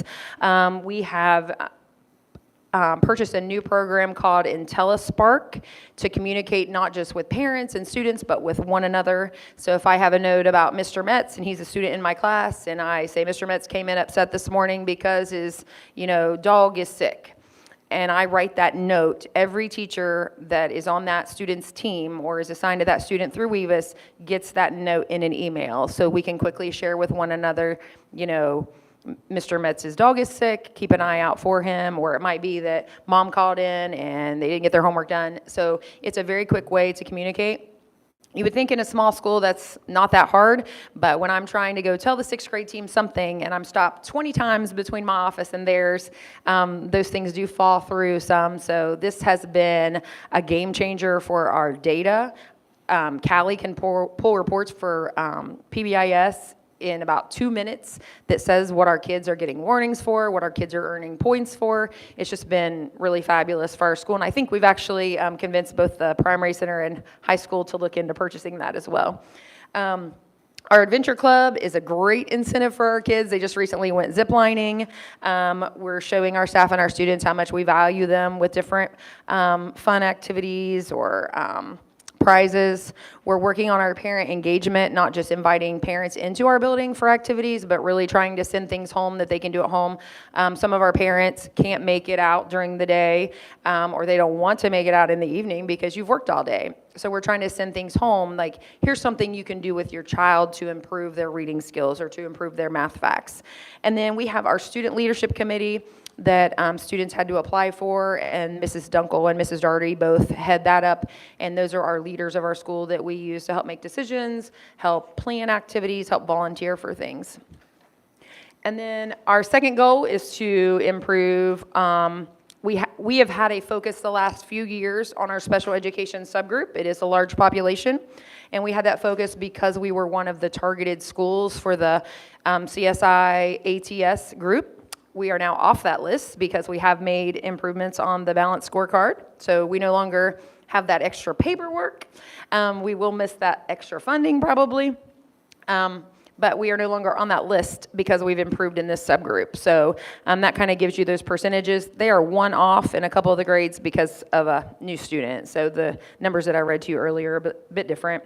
And we will be monitoring our special ed subgroup monthly. Ms. Harris is our special ed coordinator. She's monitoring their attendance, their benchmark scores, making sure that they're on task. She spends a lot of time checking in with kids and checking their Schoology for missing assignments. We're offering after-school work sessions to teachers to analyze that data. And then one thing that we really like to do was find an instructional coach. I've been talking with Mrs. Brown about how to best do that position. I think I have a lot of teachers in my building that have things to offer. So we're trying to come up with exactly how we want to post that. Mrs. Stays has some really great math things that she learned through the math group that she was in. But also, Mrs. Good is doing some training. So rather than just an instructional coach, we may be offering just some PLCs and some learning time for our teachers that different staff can rotate through and be the coach. And then our third goal is to show 2% growth on the GSA in both ELA and math this year. And many of the same things will happen. Family engagement, really checking that benchmark data each year in preparation for that summer slide that students often have. We send home lots of learning materials, books to read, journals to write in, teacher data from our administrators. Ms. Harris is great about doing walkthroughs just to kind of see what's happening in the classrooms and send that data immediately back to the teachers. I'm less great at that, but I do try. I'm in the rooms each day. I'm just not so great about filling out that form while I'm in there. We have goal setting by our students. When we give them their benchmark scores, they set goals for the next one. So they're going through completing that now. We kind of try to do that close to the next benchmark more than immediately after the first benchmark. So we're working through that now, and we'll take our next benchmark before Christmas. We have a program called My Rights, which helps with our writing. Our teachers have had extra training on that. We're having our team meetings. And then we have our math coach, which is Mrs. Egbert, and we're going to continue with our professional development. We have focused on co-teaching and then the multi-tiered system of support the last 2 years with our money from our CSI ATS. And now we're going to piggyback off of that and continue using that focus rather than start something new. We're going to make sure that we're all squared away now that we are fully staffed and make sure everyone has the same information. And then just because our ELA has been working really hard and they want to make sure the board understands they're working hard, these are some of the things that we're doing specifically for ELA that I already talked about. Identifying the strengths and weaknesses of our students last year and this year, because I need to know what maybe went wrong or right last year, and then how can I best help these students. And then identify those data goals. They went through and identified the 3 highest and lowest scoring standards from last year, and they checked for trends. So the state testing site, when you go check that data out, you can do cross-sectional reports, longitudinal reports. I can kind of see over the years what happened in each area. So my teachers have really been diving into that. They've already completed some extra My Right training. We have some more of that happening. And then we're doing lots of literary activities. I know the kids came and read you their poems, the Where I'm From poem. They did a phenomenal job with that. Just trying to make those activities available that they don't realize are ELA activities. Make things like that that they can really connect with and find an interest. We have a really strong team. We would love to have a program like Alex does for math for ELA. We have a lot of kids that finish the ELA, and there isn't the next step for them. We haven't found anything yet that we really feel is worthwhile. I don't want to just put them on something because they have that iReady time built into their schedule. So right now when a student finishes iReady, they come to me and I get to give them a project. So they read books that I love to do a project with me, or once they've done that, now I have to read a book they love. So I'm reading some different books than I'm used to that aren't really in my wheelhouse, but that's okay. Then we get to talk about them, have a discussion. Some of the kids are creating movie trailers to try to get somebody else to want to read this book. Just something fun to get them to read. Our kids don't read for fun. I don't know if you check out the libraries. Usually when we see the kids going into the library, it's because somebody's assigned a project. But that isn't what they choose to do. We have a few who do, but for the most part, kids, that isn't their choice. And we are trying to find ways to make that happen. The best way to improve your reading scores is to read with your kids. And my teachers are doing a good job of doing that in their classes. And we're working on finding ways to encourage them to want to use our library. Mrs. Weaver, she has classes in there all day, but she has the foster grandmas who help our kids check out books. She has a system set up for our kids to go check them out independently, and they write it down, and she'll take care of it. So we're just trying to get books in their hands with those literary activities. So that's our data, that's our goals, and you can ask me your questions. I will say Mrs. Good said they took a field trip to the high school public library, and many students wanted to do that. Yeah, so we're doing monthly trips over to the high school library, and she's walking the groups over. She signed our middle school kids up for library cards at the public library, and we have quite a few who are taking advantage of that as well.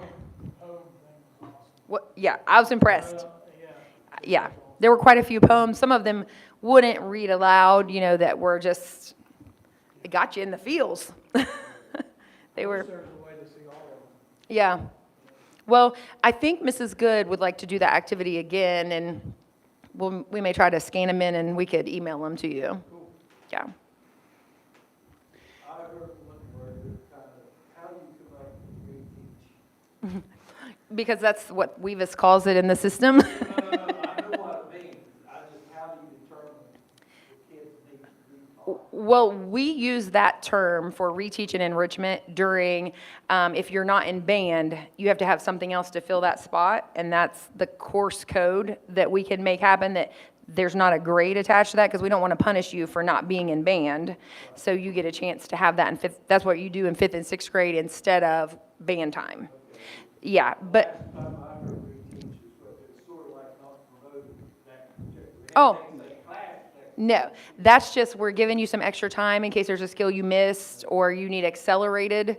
So it might be that we're reteaching something you should have learned last year or last month or last week when you were absent. But this year, we're trying to really do some enrichment during that time as well. Sounds like study hall. Yeah, kind of. Just, we're trying to make it, this year, less independent study hall and more focused on what we want you to focus on. Gail, I asked Mrs. Smith this question. How has the cell phone policy, has it affected you? How's that work for you? No, because according to my students, I've always been a hag about cell phones. And middle schoolers have never been allowed to have their cell phones out. They've always had to keep them in their lockers unless they had special permission. So really the only thing that changed was now the only special permission can come from me.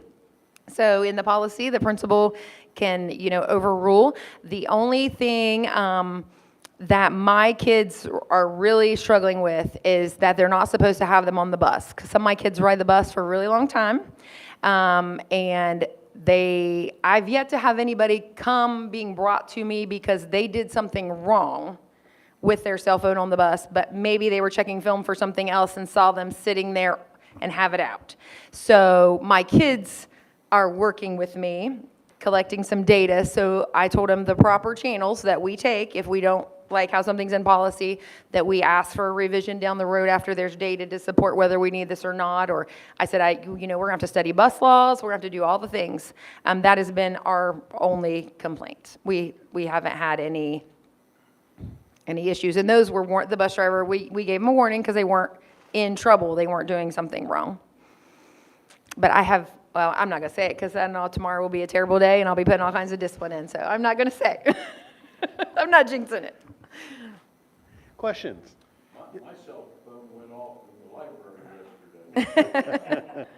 I didn't even dawn on me, but man, did I get some looks. My kids would shush it. I was actually trying to find something today in lockers. I was listening for one to ring, and I was opening lockers quickly, and there were cell phones in all of them.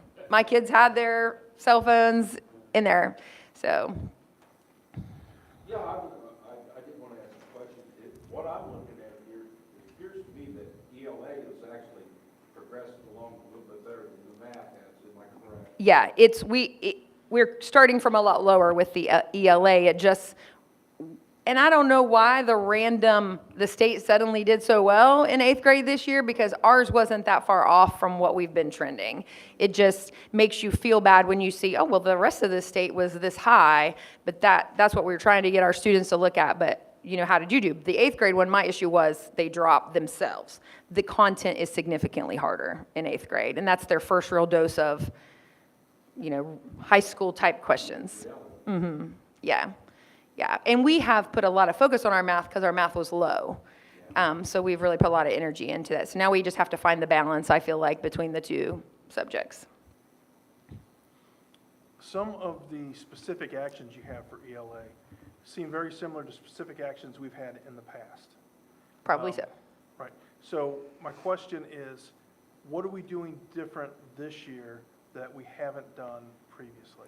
So in the world of teaching, you can make a great list every year, but it's going to change based on your students. So I can always put a list up there, and we may try some with some students, some with not. So what we're trying to do differently is try to look more at those individual students, not lump them all together that, okay, this class didn't do well in this. Well, let's look at these individuals. So this student didn't score so great in comprehension. This student struggled with nonfiction. This student struggled with theme, and separate them out in those small groups. Staffing is an issue. So that half-day special educator, even though it doesn't seem like that big of a deal, it is a big deal because it allows that more of that time with those specifically special education students and co-teaching. In a co-teaching classroom, they don't just work with those special ed students. They're in there to cover those percentages and to meet those IEP mandates, but they can work with every student in that room as well. So I have a lot better shot if I'm in a classroom of 20 kids and I have 2 adults to address those specific needs than just having to lump them more so together. And I think that MTSS that we trained on last year, the entire school year, it was a outside agency that came in and worked with us at least one day, sometimes 2 days a month. And they went from room to room, and they specifically coached our teachers on how to make that happen, how to make that small group happen. When you get to the middle school, the idea of centers is very intimidating because that seems like a very primary thing. And middle schoolers left unattended sometimes is frightening. So giving up that control of having this group over here working independently is something we really had to be coached and trained on, getting our teachers to let go of that and have them working on something that they can do independently while I'm really hardcore focused on these 2 kids and my co-teacher is really working with you 3. And we rotate around, so I touch every kid throughout the period, but I'm not gonna sit here for 44 minutes and preach at all of you about, if Luke already mastered something, I need to enrich him, and I'm going to break that up into 15 minutes where I'm 15 minutes with this group doing this, 15 minutes with them, 15 minutes with them, and we're rotating around and moving around. And you weren't doing that previously? That's not really, we did it with our kids who struggled. We didn't do it with our kids who were needing enriched. We didn't do it all the time. It wasn't something that we tried to focus on all the time. I wouldn't say we didn't ever do it, but it wasn't something that was a focus. Any other questions? I understand you right, you said you challenge kids to read books, and they challenge you to read books. Yes, I just, Time to do all things. I don't. I read fast. I can read it in an evening. So I recently purchased a book on Amazon for a student because we didn't have it. We checked it out and I found it. So she's got it, and when she's finished, it's coming to me. I'll be reading Fahrenheit 451. And you haven't read that yet? I haven't read that one, no. I used to keep up a lot better when I taught ELA, and I would read the books I wanted to recommend to my students. But now I don't have time to read like I would like to, because if I'm reading a book, I won't go to bed till I'm finished. So I can't do that during the week, so I can only read on the weekends. It's a classic. Yeah. I read the excerpt, Yeah. and she really wanted to read it, but she wanted someone to chat about it with. So if they start with the Well, that Stephen should be an King, Sandy's interesting up. conversation, too. Yeah, yeah. And if you guys ever want to challenge a kid that, if you have a favorite book and I get one that's done, I'll be happy to hook them up with you and you could read with one of them. I think they would be tickled by that. I can't do Gail, the scary ones. That might be a good project. Yeah, I yeah, would love that myself. Yeah. yeah, they would love it. They love to come in and chat about books. Yeah. Yeah, we read that. Yeah, that's one that some of our teachers do. I can remember way back when. Yeah. That was really, really good book for me. We did that, and Mrs. Stays taught her students, she allowed her students to go out and make fire in the parking lot. That is a good idea. Yeah. We would love that. I'll talk to Mrs. Good about that. She's really good about setting up those types of projects, and we'll get that started, because I have some students ready to go. Well, I appreciate all of the work that you have done and the proactive work that you have done to work with your staff to analyze what maybe needed to be tweaked from last year and to make those adjustments and to adjust your goals and your plan. So I appreciate the work you've done on that. Thank you. We have a very good team at the middle school. I tell them all the time, I would not want to work anywhere else. Ms. Harris is an excellent partner in crime. We do very, very well together, and we have great kids. So that makes your job a lot easier when you have great kids and you're coming to school to hang out with them all day. Well, Gail, we're glad you're at the middle school, okay? And I think anybody knows I'm a Gail Hickman fan. I think she is probably the best middle school principal in the state of West Virginia. Whoa. And, yeah, really. If you're out in the schools, you see. But, I had a very good example back in the day. yeah, back in the day. But thank you. And Sandy, thank you. Yep. You guys come visit anytime.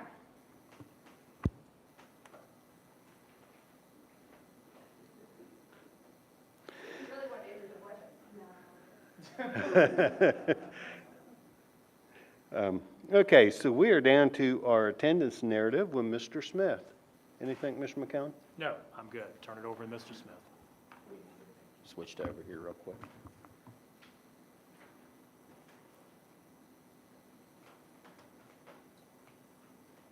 Did you forget everything you had memorized?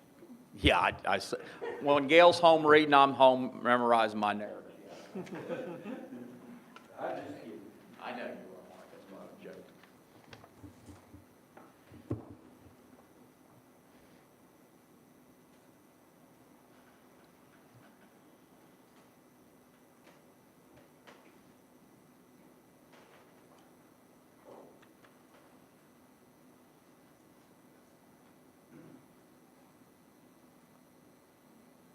There we go. It's up now. Thank you, William. Okay. All right.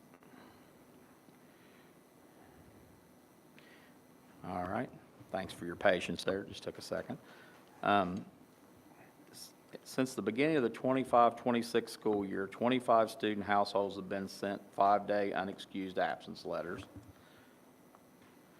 The year-to-date attendance rate by school and district as of October 15th, primary center at 94.2, and as Mrs. Hickman said earlier, middle schools at 94.1, high schools at 92.9, and district-wide at 93.9. It's good. Yeah. We can stay there. Yeah. It's good. Yeah. Average attendance by school and district as of October 15th, primary centers at 93.9, middle school 93.4, high schools at 92.1, and district-wide we're at 93.1.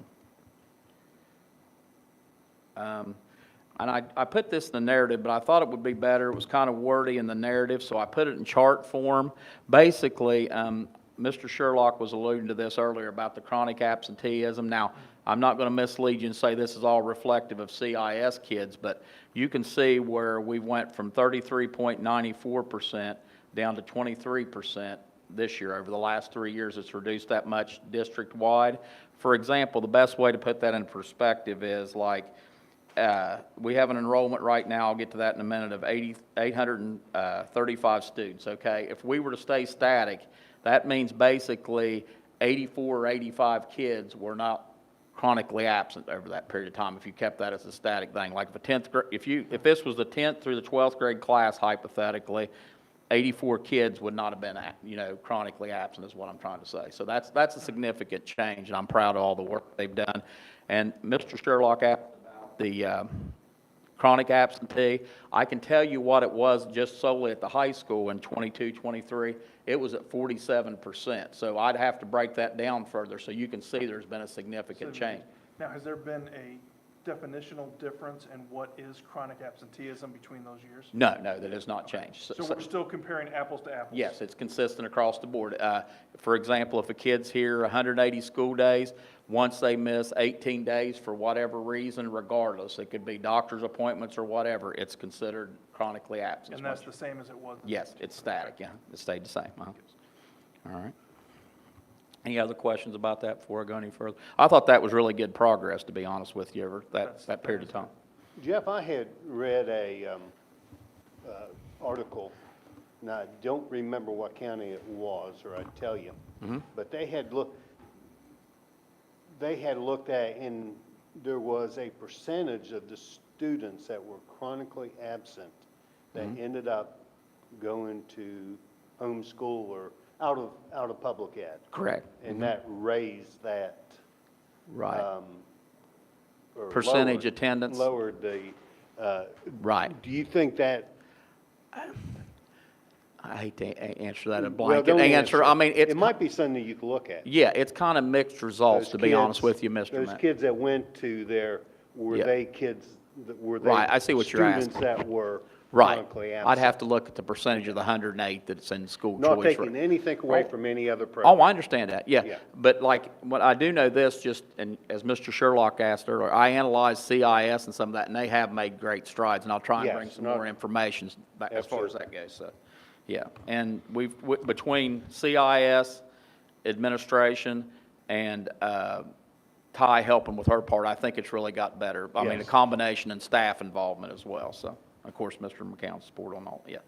Okay, all right, district enrollment as of October 15th, primary centers at 312, middle schools at 247, high schools at 276, which makes the enrollment district-wide at 835. And as I mentioned down here, the total enrollment decreased by 6 students in comparison to the September narrative.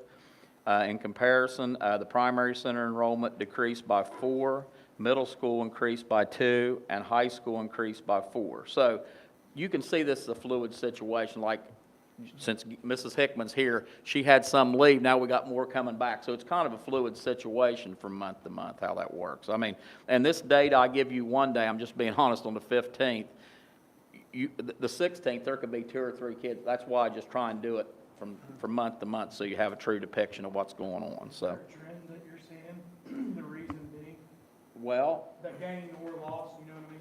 well, I mean, the natural. Obviously, the gain is because they moved here. Right, and the natural one is like, are you asking like school choice is probably the biggest factor? Yeah, that's what I was getting at. Because you're looking at 108 kids right now that are in some type of school choice. You imagine instead of 835, hypothetically, it'd be 943, so that's a significant. I'm just answering your question, Luke, to the best of my, yeah. It's kind of a fluid situation, so. Okay, well, here's an example of what we're talking about, Luke, right here. Primary center, 4 students withdrew enrolled in other in-state public school systems. Middle school, two students enrolled from homeschool. And high school, 3 students withdrew enrolled in other in-state public school system. And 1 student withdrew and enrolled in a charter school system. And as any of the principals, including Mrs. Hickman, can testify, those people come and go, homeschool in and out. It just happens. It's a fluid situation. Like next month, I could come and Mrs. Hickman could verify that maybe 2 of them went to homeschool that were previously came back. It just happens. It just, some of them move back and forth. And it could be different kids each month, you know what I mean, that does that, so. So. Go ahead, and sorry. I don't know if this, but I'm just curious. When they leave from our school and say they go to homeschool, Okay. and then let's say they come back, does their absences restart? As far as truant, you know what I mean? So like, let's say that a kid is on the verge of being truant, and they go to homeschool. Oh, no. When If they come came back, does it if they start? came back in the same current years, that same It current year, stays. yeah, it would Okay. stay, it would stay stagnant. Okay. Now, from year to year, it wouldn't, of course, Sure. but during the year, that's a good question, Luke. Yeah, that's a good question. Okay, as far as enrollment goes, pre-K was at 51, kindergarten at 61, first grade at 49, second grade at 49, third grade at 48, fourth grade at 54, fifth grade at 65, sixth grade at 59, seventh grade at 55, eighth grade at 68, ninth grade at 79, 10th at 62, 11 at 63, and in 12th grade was at 72 students. Now, and the last slide, disregard that. I was going to introduce Emma, but she went ahead and came up earlier, so that's what the last slide was. Is there anything in particular you all want to discuss through the previous slides, or anything that you want me to come back with at a future date? Any of that? Yeah. Well, good. I hope we sustain that, Brent. Yes, I'm with you. Yeah. So, anything else? Any questions, concern? Yeah. All right. Thank you for your work on that. Okay, update on the new building, Mr. McCown. Okay, be very brief. So Mrs. Anderson has completed her vendor packet for us to get her one so that we can cut her a check. The prosecuting attorney messaged me that he is about finished with the deed. He needed a few more pieces of information. And then after that, he'll just be setting a point in time, hopefully sometime next week, that we all can get together and sign everything and close on the property for the new board office location. So that is coming to fruition, hopefully next week. Questions? Okay, balanced scorecard, Mr. McCown.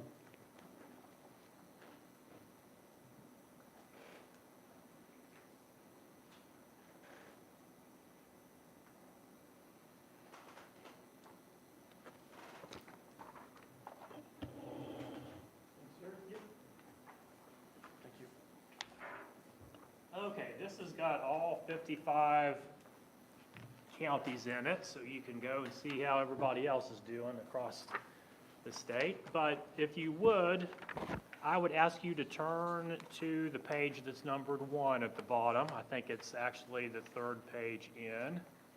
So we are rated and evaluated from the West Virginia Department of Education in a variety of things.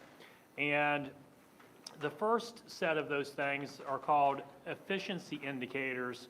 And within each county, they evaluate career and technical education, child nutrition, county board of education member effectiveness. Okay, remember you do a self-reflection each year that gets looked at.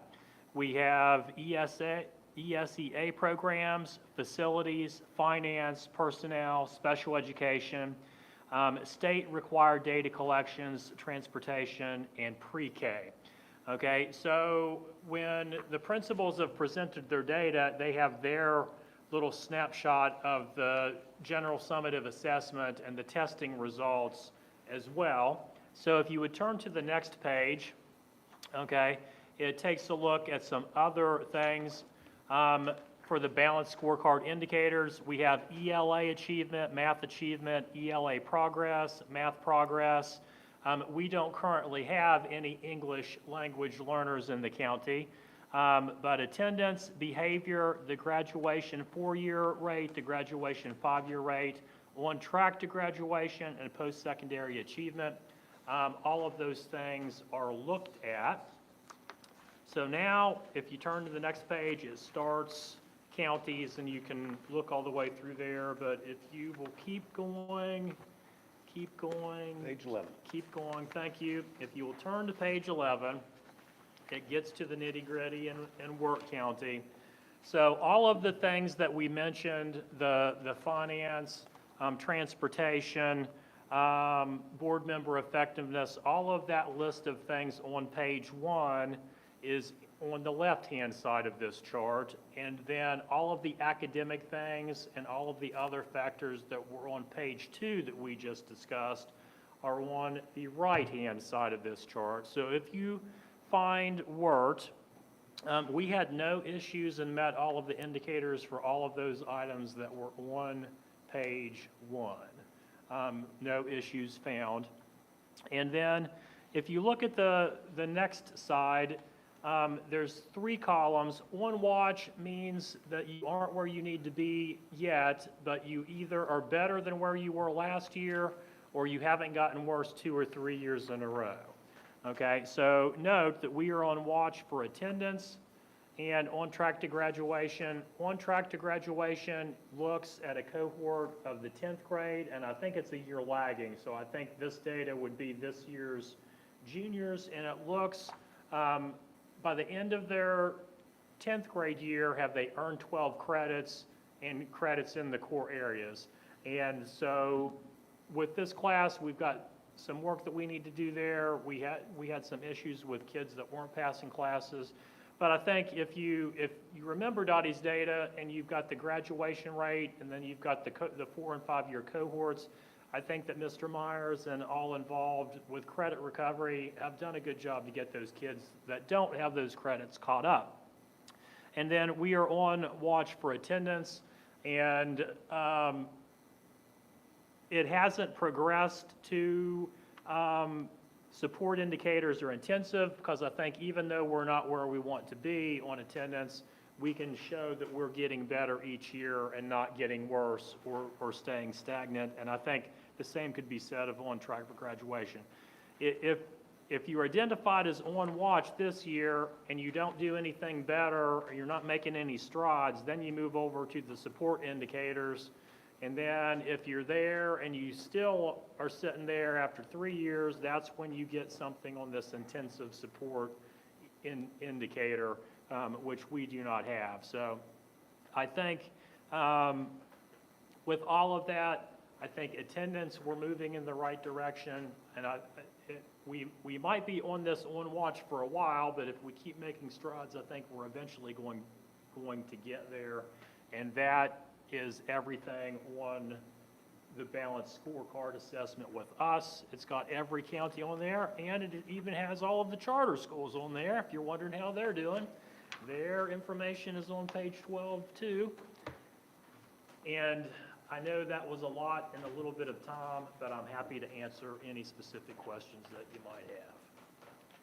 So for attendance, what needs to change and what level would it be where we meet standard? So for us to meet standard, we have to have, throughout the whole county, we have to have 90% of the students attending 90% of the time or better. And I can bring you, I think it was like 35 pages. I didn't copy it for you, but I can bring that to the board. It's got, for every metric on that, it explains how it is scored and what does it take to go from does not meet to partially meets to meets or exceeds. If you're interested in that, I can provide it, but it was rather lengthy, so I didn't bring it with me or make copies. No, but you're saying, so for that one, 90% of the students attend 90% of the time. So there's two separate things. If it's, I don't know, you improve the number of students that are attending, but some students are attending So less if than you that. have more than 10%, and you can correct me if I'm wrong on this, Jeff, but as I read that document, to get meet standards, you have to have below 10% of your kids chronically absent. And Mr. McCown, I'm sorry, I went to the attendance meeting recently, that's directly from the scorecard. I can get the board members that matrix, instead of that big document, I've got a one-pager in regard to Okay, that would be attendance. great. And there is very few schools, trust me, that meet that goal, and they're assessing whether that's a realistic goal. I just wanted to tell you that, Well, Mr. and McCown. I just went through here and went through all of the counties, and I believe there are only three counties that aren't either on watch or more significant issues with Right. attendance in the state. Correct.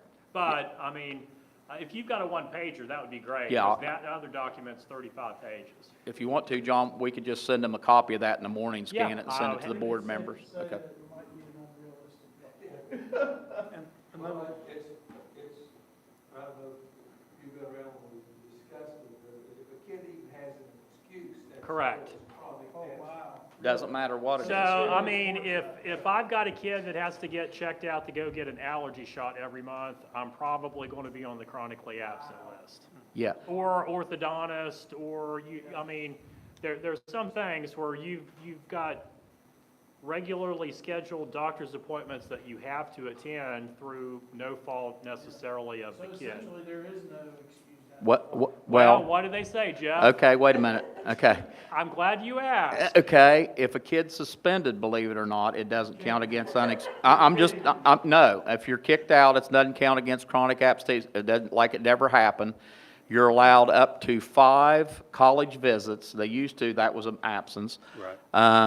I'm trying to think of what else. 4-H, I believe they put an area you can miss, just like college visits or some type of provision there. But overall, Luke, they're telling you right, it's less, you can count them less than one hand what you can miss Jeff, for. I gave you a perfect opportunity to use your catchphrase, and you missed it. Which one?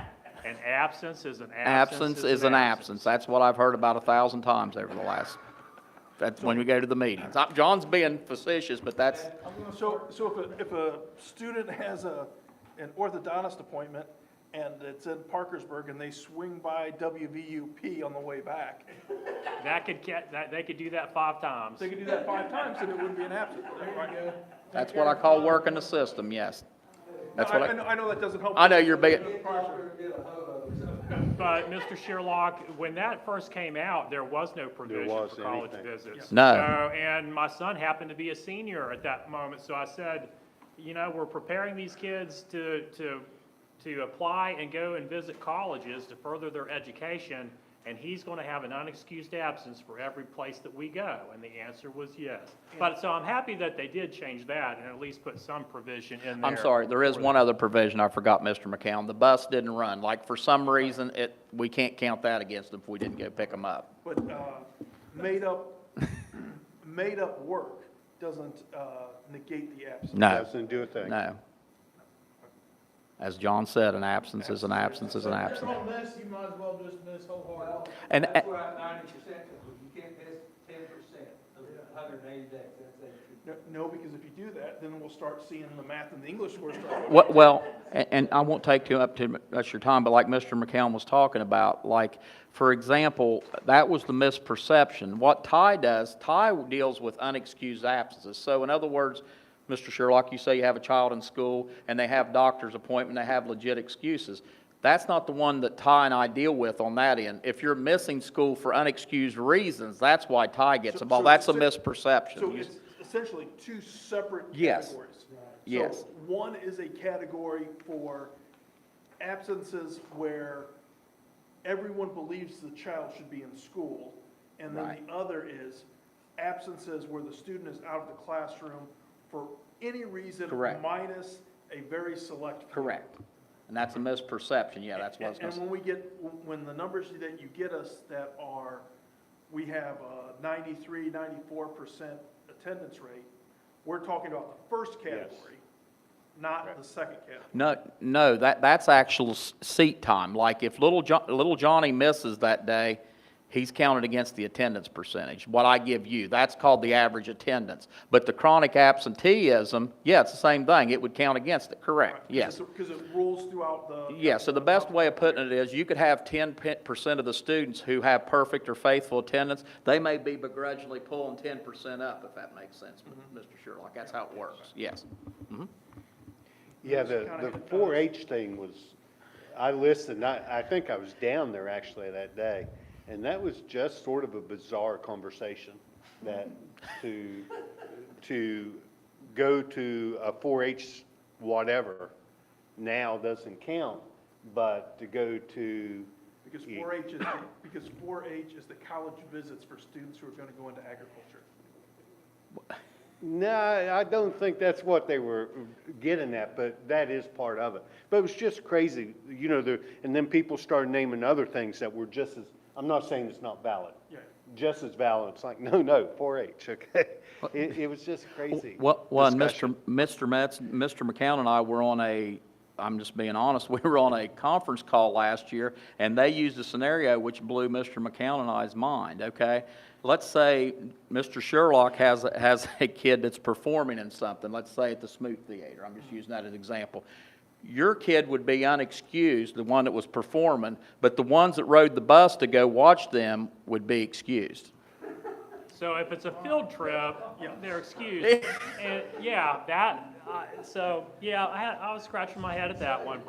Listen. And, you know, there were some legitimate codes in there, where they took out all educational leave. Well, before, if your student was going to perform or whatever and do that, we could have granted educational leave because they're going to do something that has educational value. They took that out, and I understand some people may have abused that, but there were some legitimate things that would have covered. They took out the calamity code, so if your house burns down. You're and still absent. Not at school, that's an unexcused absence, which I think was, not reasonable. But they saw some reason with the college visits and apparently 4-H. I'm hopeful that maybe they can see some reason and amend this again, maybe in subsequent years with the Yeah. legislators. It's all good. I'm sorry I chimed in, Mr. McCown, Okay. but I heard him asking.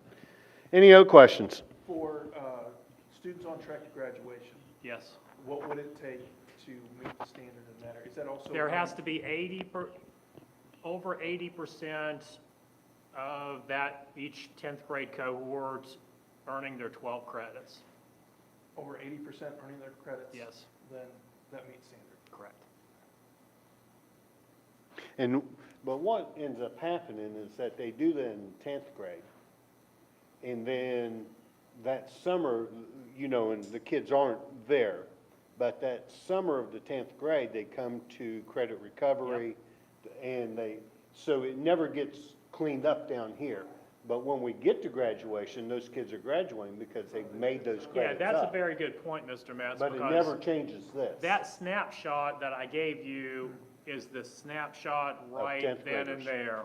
Yeah. Okay, it does not take into account anybody that did credit recovery over the summer or any subsequent year. That's a very good point, Mr. Metz. Yeah, because we have, if that was a true 80, it's 80%, then we have way more than 80% of our kids graduating. But on the 10th grade, at that snapshot, they're not. Which they have essentially 3 Yeah. years. Because Yeah. after that, we take corrective action to fix the issue. through Right, credit but it recovery. never cleans up down here. Yeah. Okay, guys, good conversations. Okay, we have no delegations, so we're down to our agenda. I need a motion to approve the minutes of the October 7th, 2025 regular meeting. So moved. Any corrections, questions, comments? Hearing none, we have a motion to approve the October 7th, 2025 regular meeting minutes. All in favor say aye. Aye. Opposed say nay. Ayes have it, motion carries. And I was an aye, I didn't voice, but I was an aye. Okay, down to finance. Need a motion to approve the payment of invoices in the amount of $241,571.38. So moved. We have no board member thing on this one, right, Karen? No? Okay. Okay, Mr. McCann. Okay, we have 4 runs of expenditures for your consideration this evening. The first on 3/10/2025 totals $500.42, PEIA retiree insurance. The next on 10/13/2025 totals $87,320.21. Noteworthy on this, we have Gordon Foods, and we have Harris Oil for diesel fuel. The next on 10/16/2025 totals $43,470. This is West Virginia Virtual Academy, $19,173.63. That is the bill that we get assessed for students that went to charter schools, that we get a bill from them that we're not too happy to pay. And then finally, on 10/17/2025, that run totals $110,280.75. Noteworthy on this, we have Amazon for various instructional supplies, Best Life Therapy for speech services, the Development Advantage for behavior services. We have the West Virginia Supreme Court of Appeals for our probation officer salary. And all of those runs of expenditures total $241,571.38. Any questions on the Mrs. Cummings invoices? has the big basket. And Questions on invoices? Hearing none, we have a motion to pay the invoices in the amount of $241,571.38. All in favor say aye. Aye. Opposed say nay. Ayes have it, motion carries. Need a motion to approve budget transfers in the amount of $111,666.36. Mr. McGowan. So this is one transfer in that amount of $111,666.36, and this is transfer special ed to final WBDE approved budget lines in that amount. Questions on budget transfers? Hear none, we have a motion to approve budget transfers in the amount of $111,666.36. All in favor say aye. Aye. Opposed say nay. Ayes have it, motion carries. Down to budget supplements. Need a motion to approve budget supplements in the negative $11,100. So moved. Mr. McCown. So this is negative, and it is a reduction in state and federal special education funding from our previous amounts that we were allocated. Why? When we did the budget back in May, they were estimated coming into this year based on previous year's amounts. Now that the numbers are finally in here, we're seeing a decrease in, it's actually 3 projects, and it's the state special ed, your federal IDA school age funding, and then also your pre-K funding that's special ed that's federal as well. So a total reduction of 11,000. Yeah, this isn't, we usually do not have a negative in this area, do we? It's most time, it's pretty close. Most things coming through this year have been reductions. We've had reductions in the title funding as well. So this kind of goes right along with that we've received. Any other questions? Hear none, we have a motion to approve the budget supplement, a negative $11,100. All in favor say aye. Aye. Aye, opposed say nay. Ayes have it. Motion carries. I want to vote nay on that, but it's not going to make any difference. If we vote no, do we have to pay it? Yeah, that's, you know. Well, it's not a payment. No, I it's think a- they come and get us, okay? Or come and get Mrs. Cummins, I don't know. we don't I have think that. they're just telling us they're sending less, plan accordingly. Yeah, if we vote no, we get to keep it. I don't think that's the way it would work. We can't Okay. sacrifice Miss Cummings. She does all the numbers. So. Okay, routine business, we have no policies. We are down to personnel matters, resignations, leave of absence. I need a motion to approve the resignation of Buddy Winnell, assistant wrestling coach, Wirt County Middle School, effective October 16th, 2025. So moved. Mr. McCown, anything we need? So I wanted to thank him for the years that he's served as assistant wrestling coach. I mean, he's done it off and on for a lot of years, and appreciate the time that he's done that, but his letter was in your packet. Questions? Hear none, we have a motion to accept the resignation of Buddy Winnell, assistant wrestling coach at Wirt County Middle School, effective October 16th, 2025. All in favor say aye. Aye. Aye, opposed say nay. Ayes have it, motion carries. Okay, we need a motion to accept the retirement resignation of Michael McPhee, bus operator, effective, and that effective date has changed to November the 1st, 2025. Do I have a motion? So moved. Mr. McCown, why don't you explain that to So, us? as you all know, Mike was elected sheriff, and he's been a bus driver here for many, many years. And he had said that, he would like to continue to do both as long as he could. I think he's reached the point where he's having some difficulty with that, and thus he's come in and tendered his letter.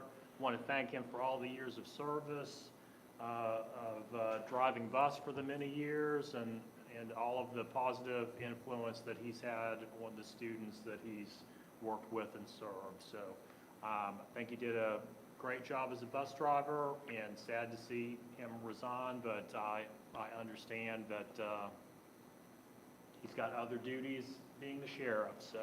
What did it change to November 1st? Karen? Just one day. He's actually working through October 31st, so his retirement will be effective Actively November effective. 1st. Okay. Yeah, thank you. We're good with that. Questions? Comments? Hearing none, we have a motion to accept the retirement resignation of Michael McPhee, bus operator, effective November the 1st, 2025. All in favor say aye. Aye. Opposed say nay. Ayes have it, motion carries. Okay, we're down to employment. Need a motion to approve the employment of Tracy Murray, Supervisory Aide 2, 3rd grade, Wirt County Primary Center, effective upon filling her current position with a qualified applicant. So moved. Mr. McCown. So, as you recall, we had a resignation from a 3rd grade aide. Tracy is the successful bidder on that position, but this is worded effective upon filling her current position with a qualified applicant. She is currently a kindergarten aide. I don't want to create some limbo in that kindergarten classroom. We've currently got a sub in the 3rd grade classroom, so I'm asking that we leave her where she is until we have opportunity to post and fill that kindergarten aide position, just to bring some continuity to the 3rd grade and that kindergarten classroom. And I'm assuming that'll probably go up tomorrow's Yes. next board meeting. We'll be able to take care of that. Questions? Hearing none, we have a motion to approve the employment of Tracy Murray, Supervisory Aide 2, 3rd grade, Wirt County Primary Center, effective upon filling her current position with a qualified applicant. All in favor say aye. Aye. Opposed say nay. Ayes have it, motion carries. Okay, need a motion to approve Tracy Murray, Bus Aide, extracurricular district-wide, effective October 22nd, 2025. So moved. Mr. McCown. So as you recall, we had a new need on a bus to put an additional aide on there. You authorized that position. We have posted it, and Tracy is the successful applicant for that position. Questions?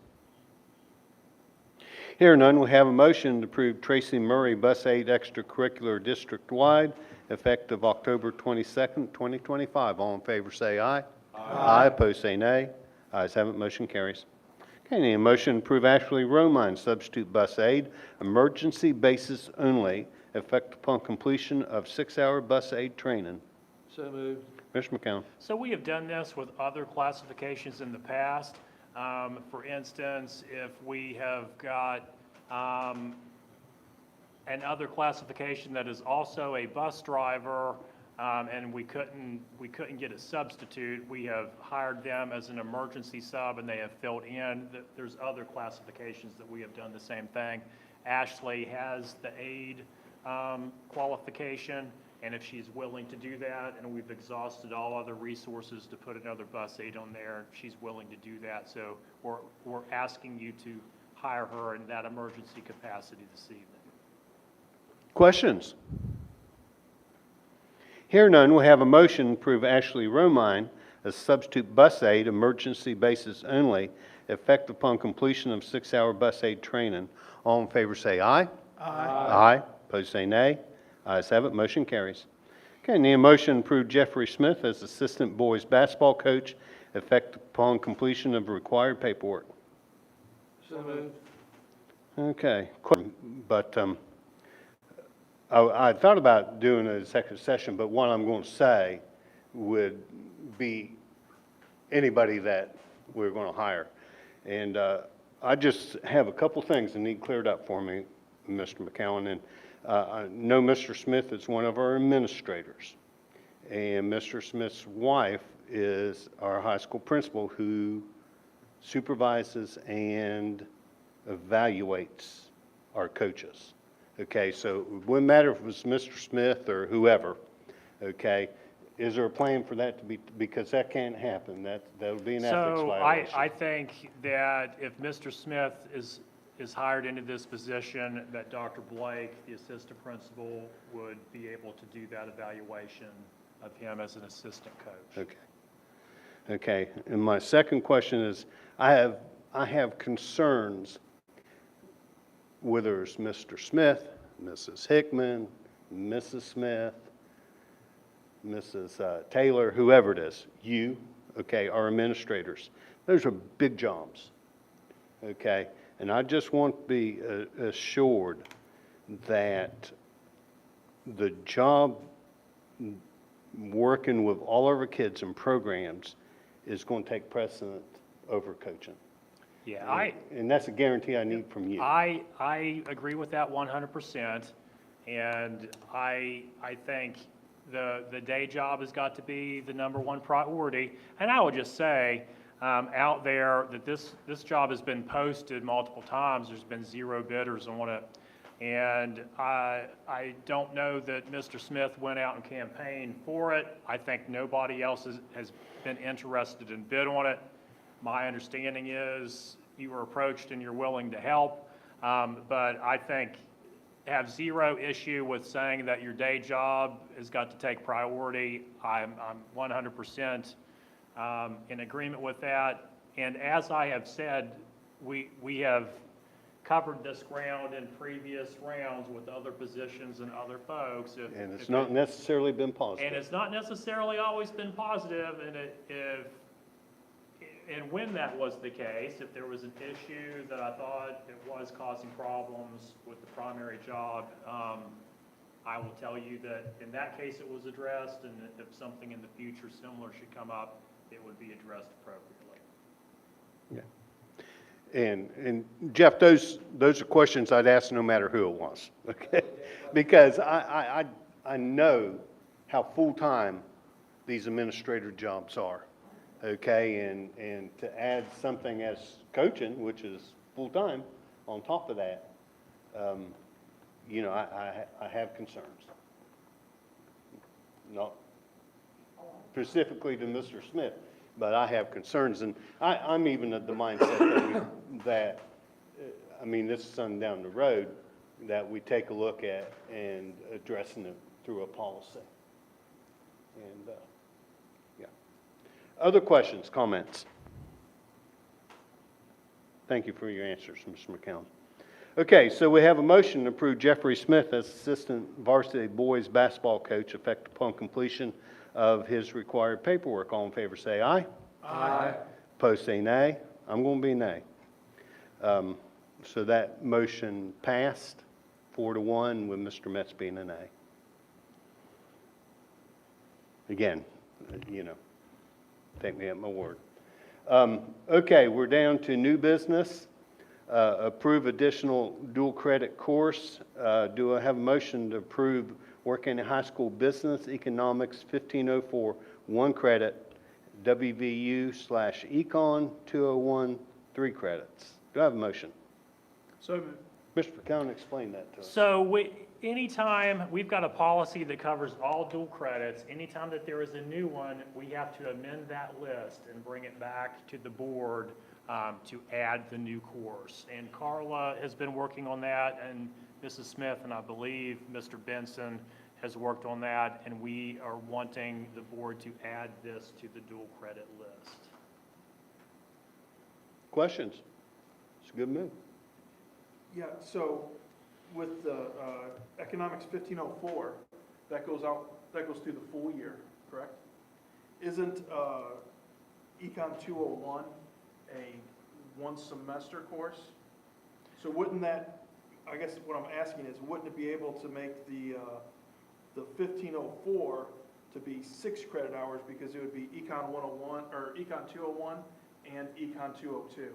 The similar way to the history course is 152 and 153. I don't know that they're going to get 6. I think if they take this course here all year, my understanding is that they'll earn 3 credits. I don't know that they're going to get 6. I think the year's course here, 1 credit at the high school, is going to equate to that 3 credit hours at the college, even though that's a semester course and it's being taught all year here.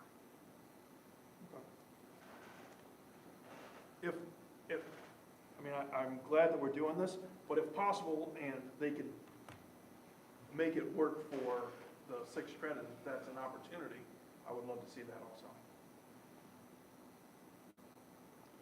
also. Are we pressed to, I'm just going to be transparent. I Yeah, think that please this do. is going on right now, Okay, and we so we realized need it to- didn't get added to the list. Okay. So I think that this is currently underway, and then we realized, hey, we need to, So we have kids hung out there, we need to, I was gonna say, Correct. we table this and get the answer, but we got kids out We there, we do. probably need Well, to. I'm not asking to table it, I'm asking in Okay. the future if it is possible to pursue it where it could be done that way.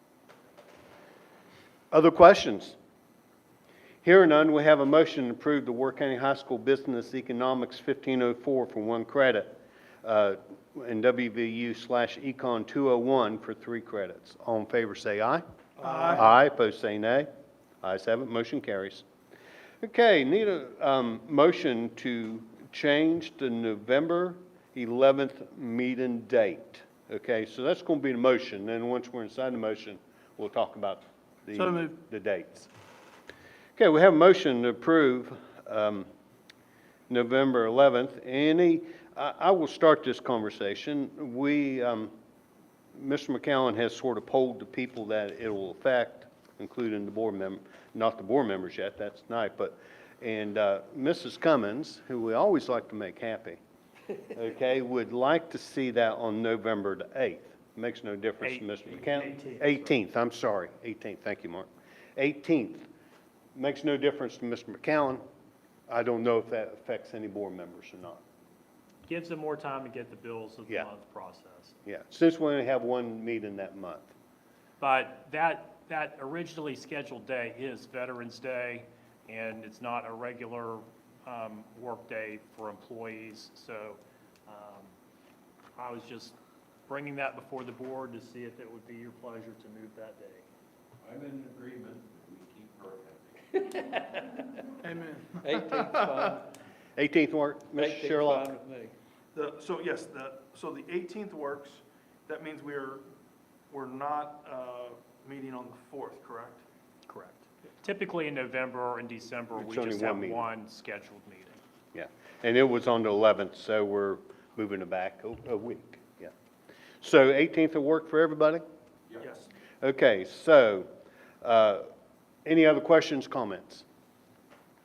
So we have a motion on the floor to change the November 11th meeting date to November the 18th. All in favor say aye. Aye. Opposed say nay. Ayes have it, motion carries. Okay, we have no volunteer chaperones tonight.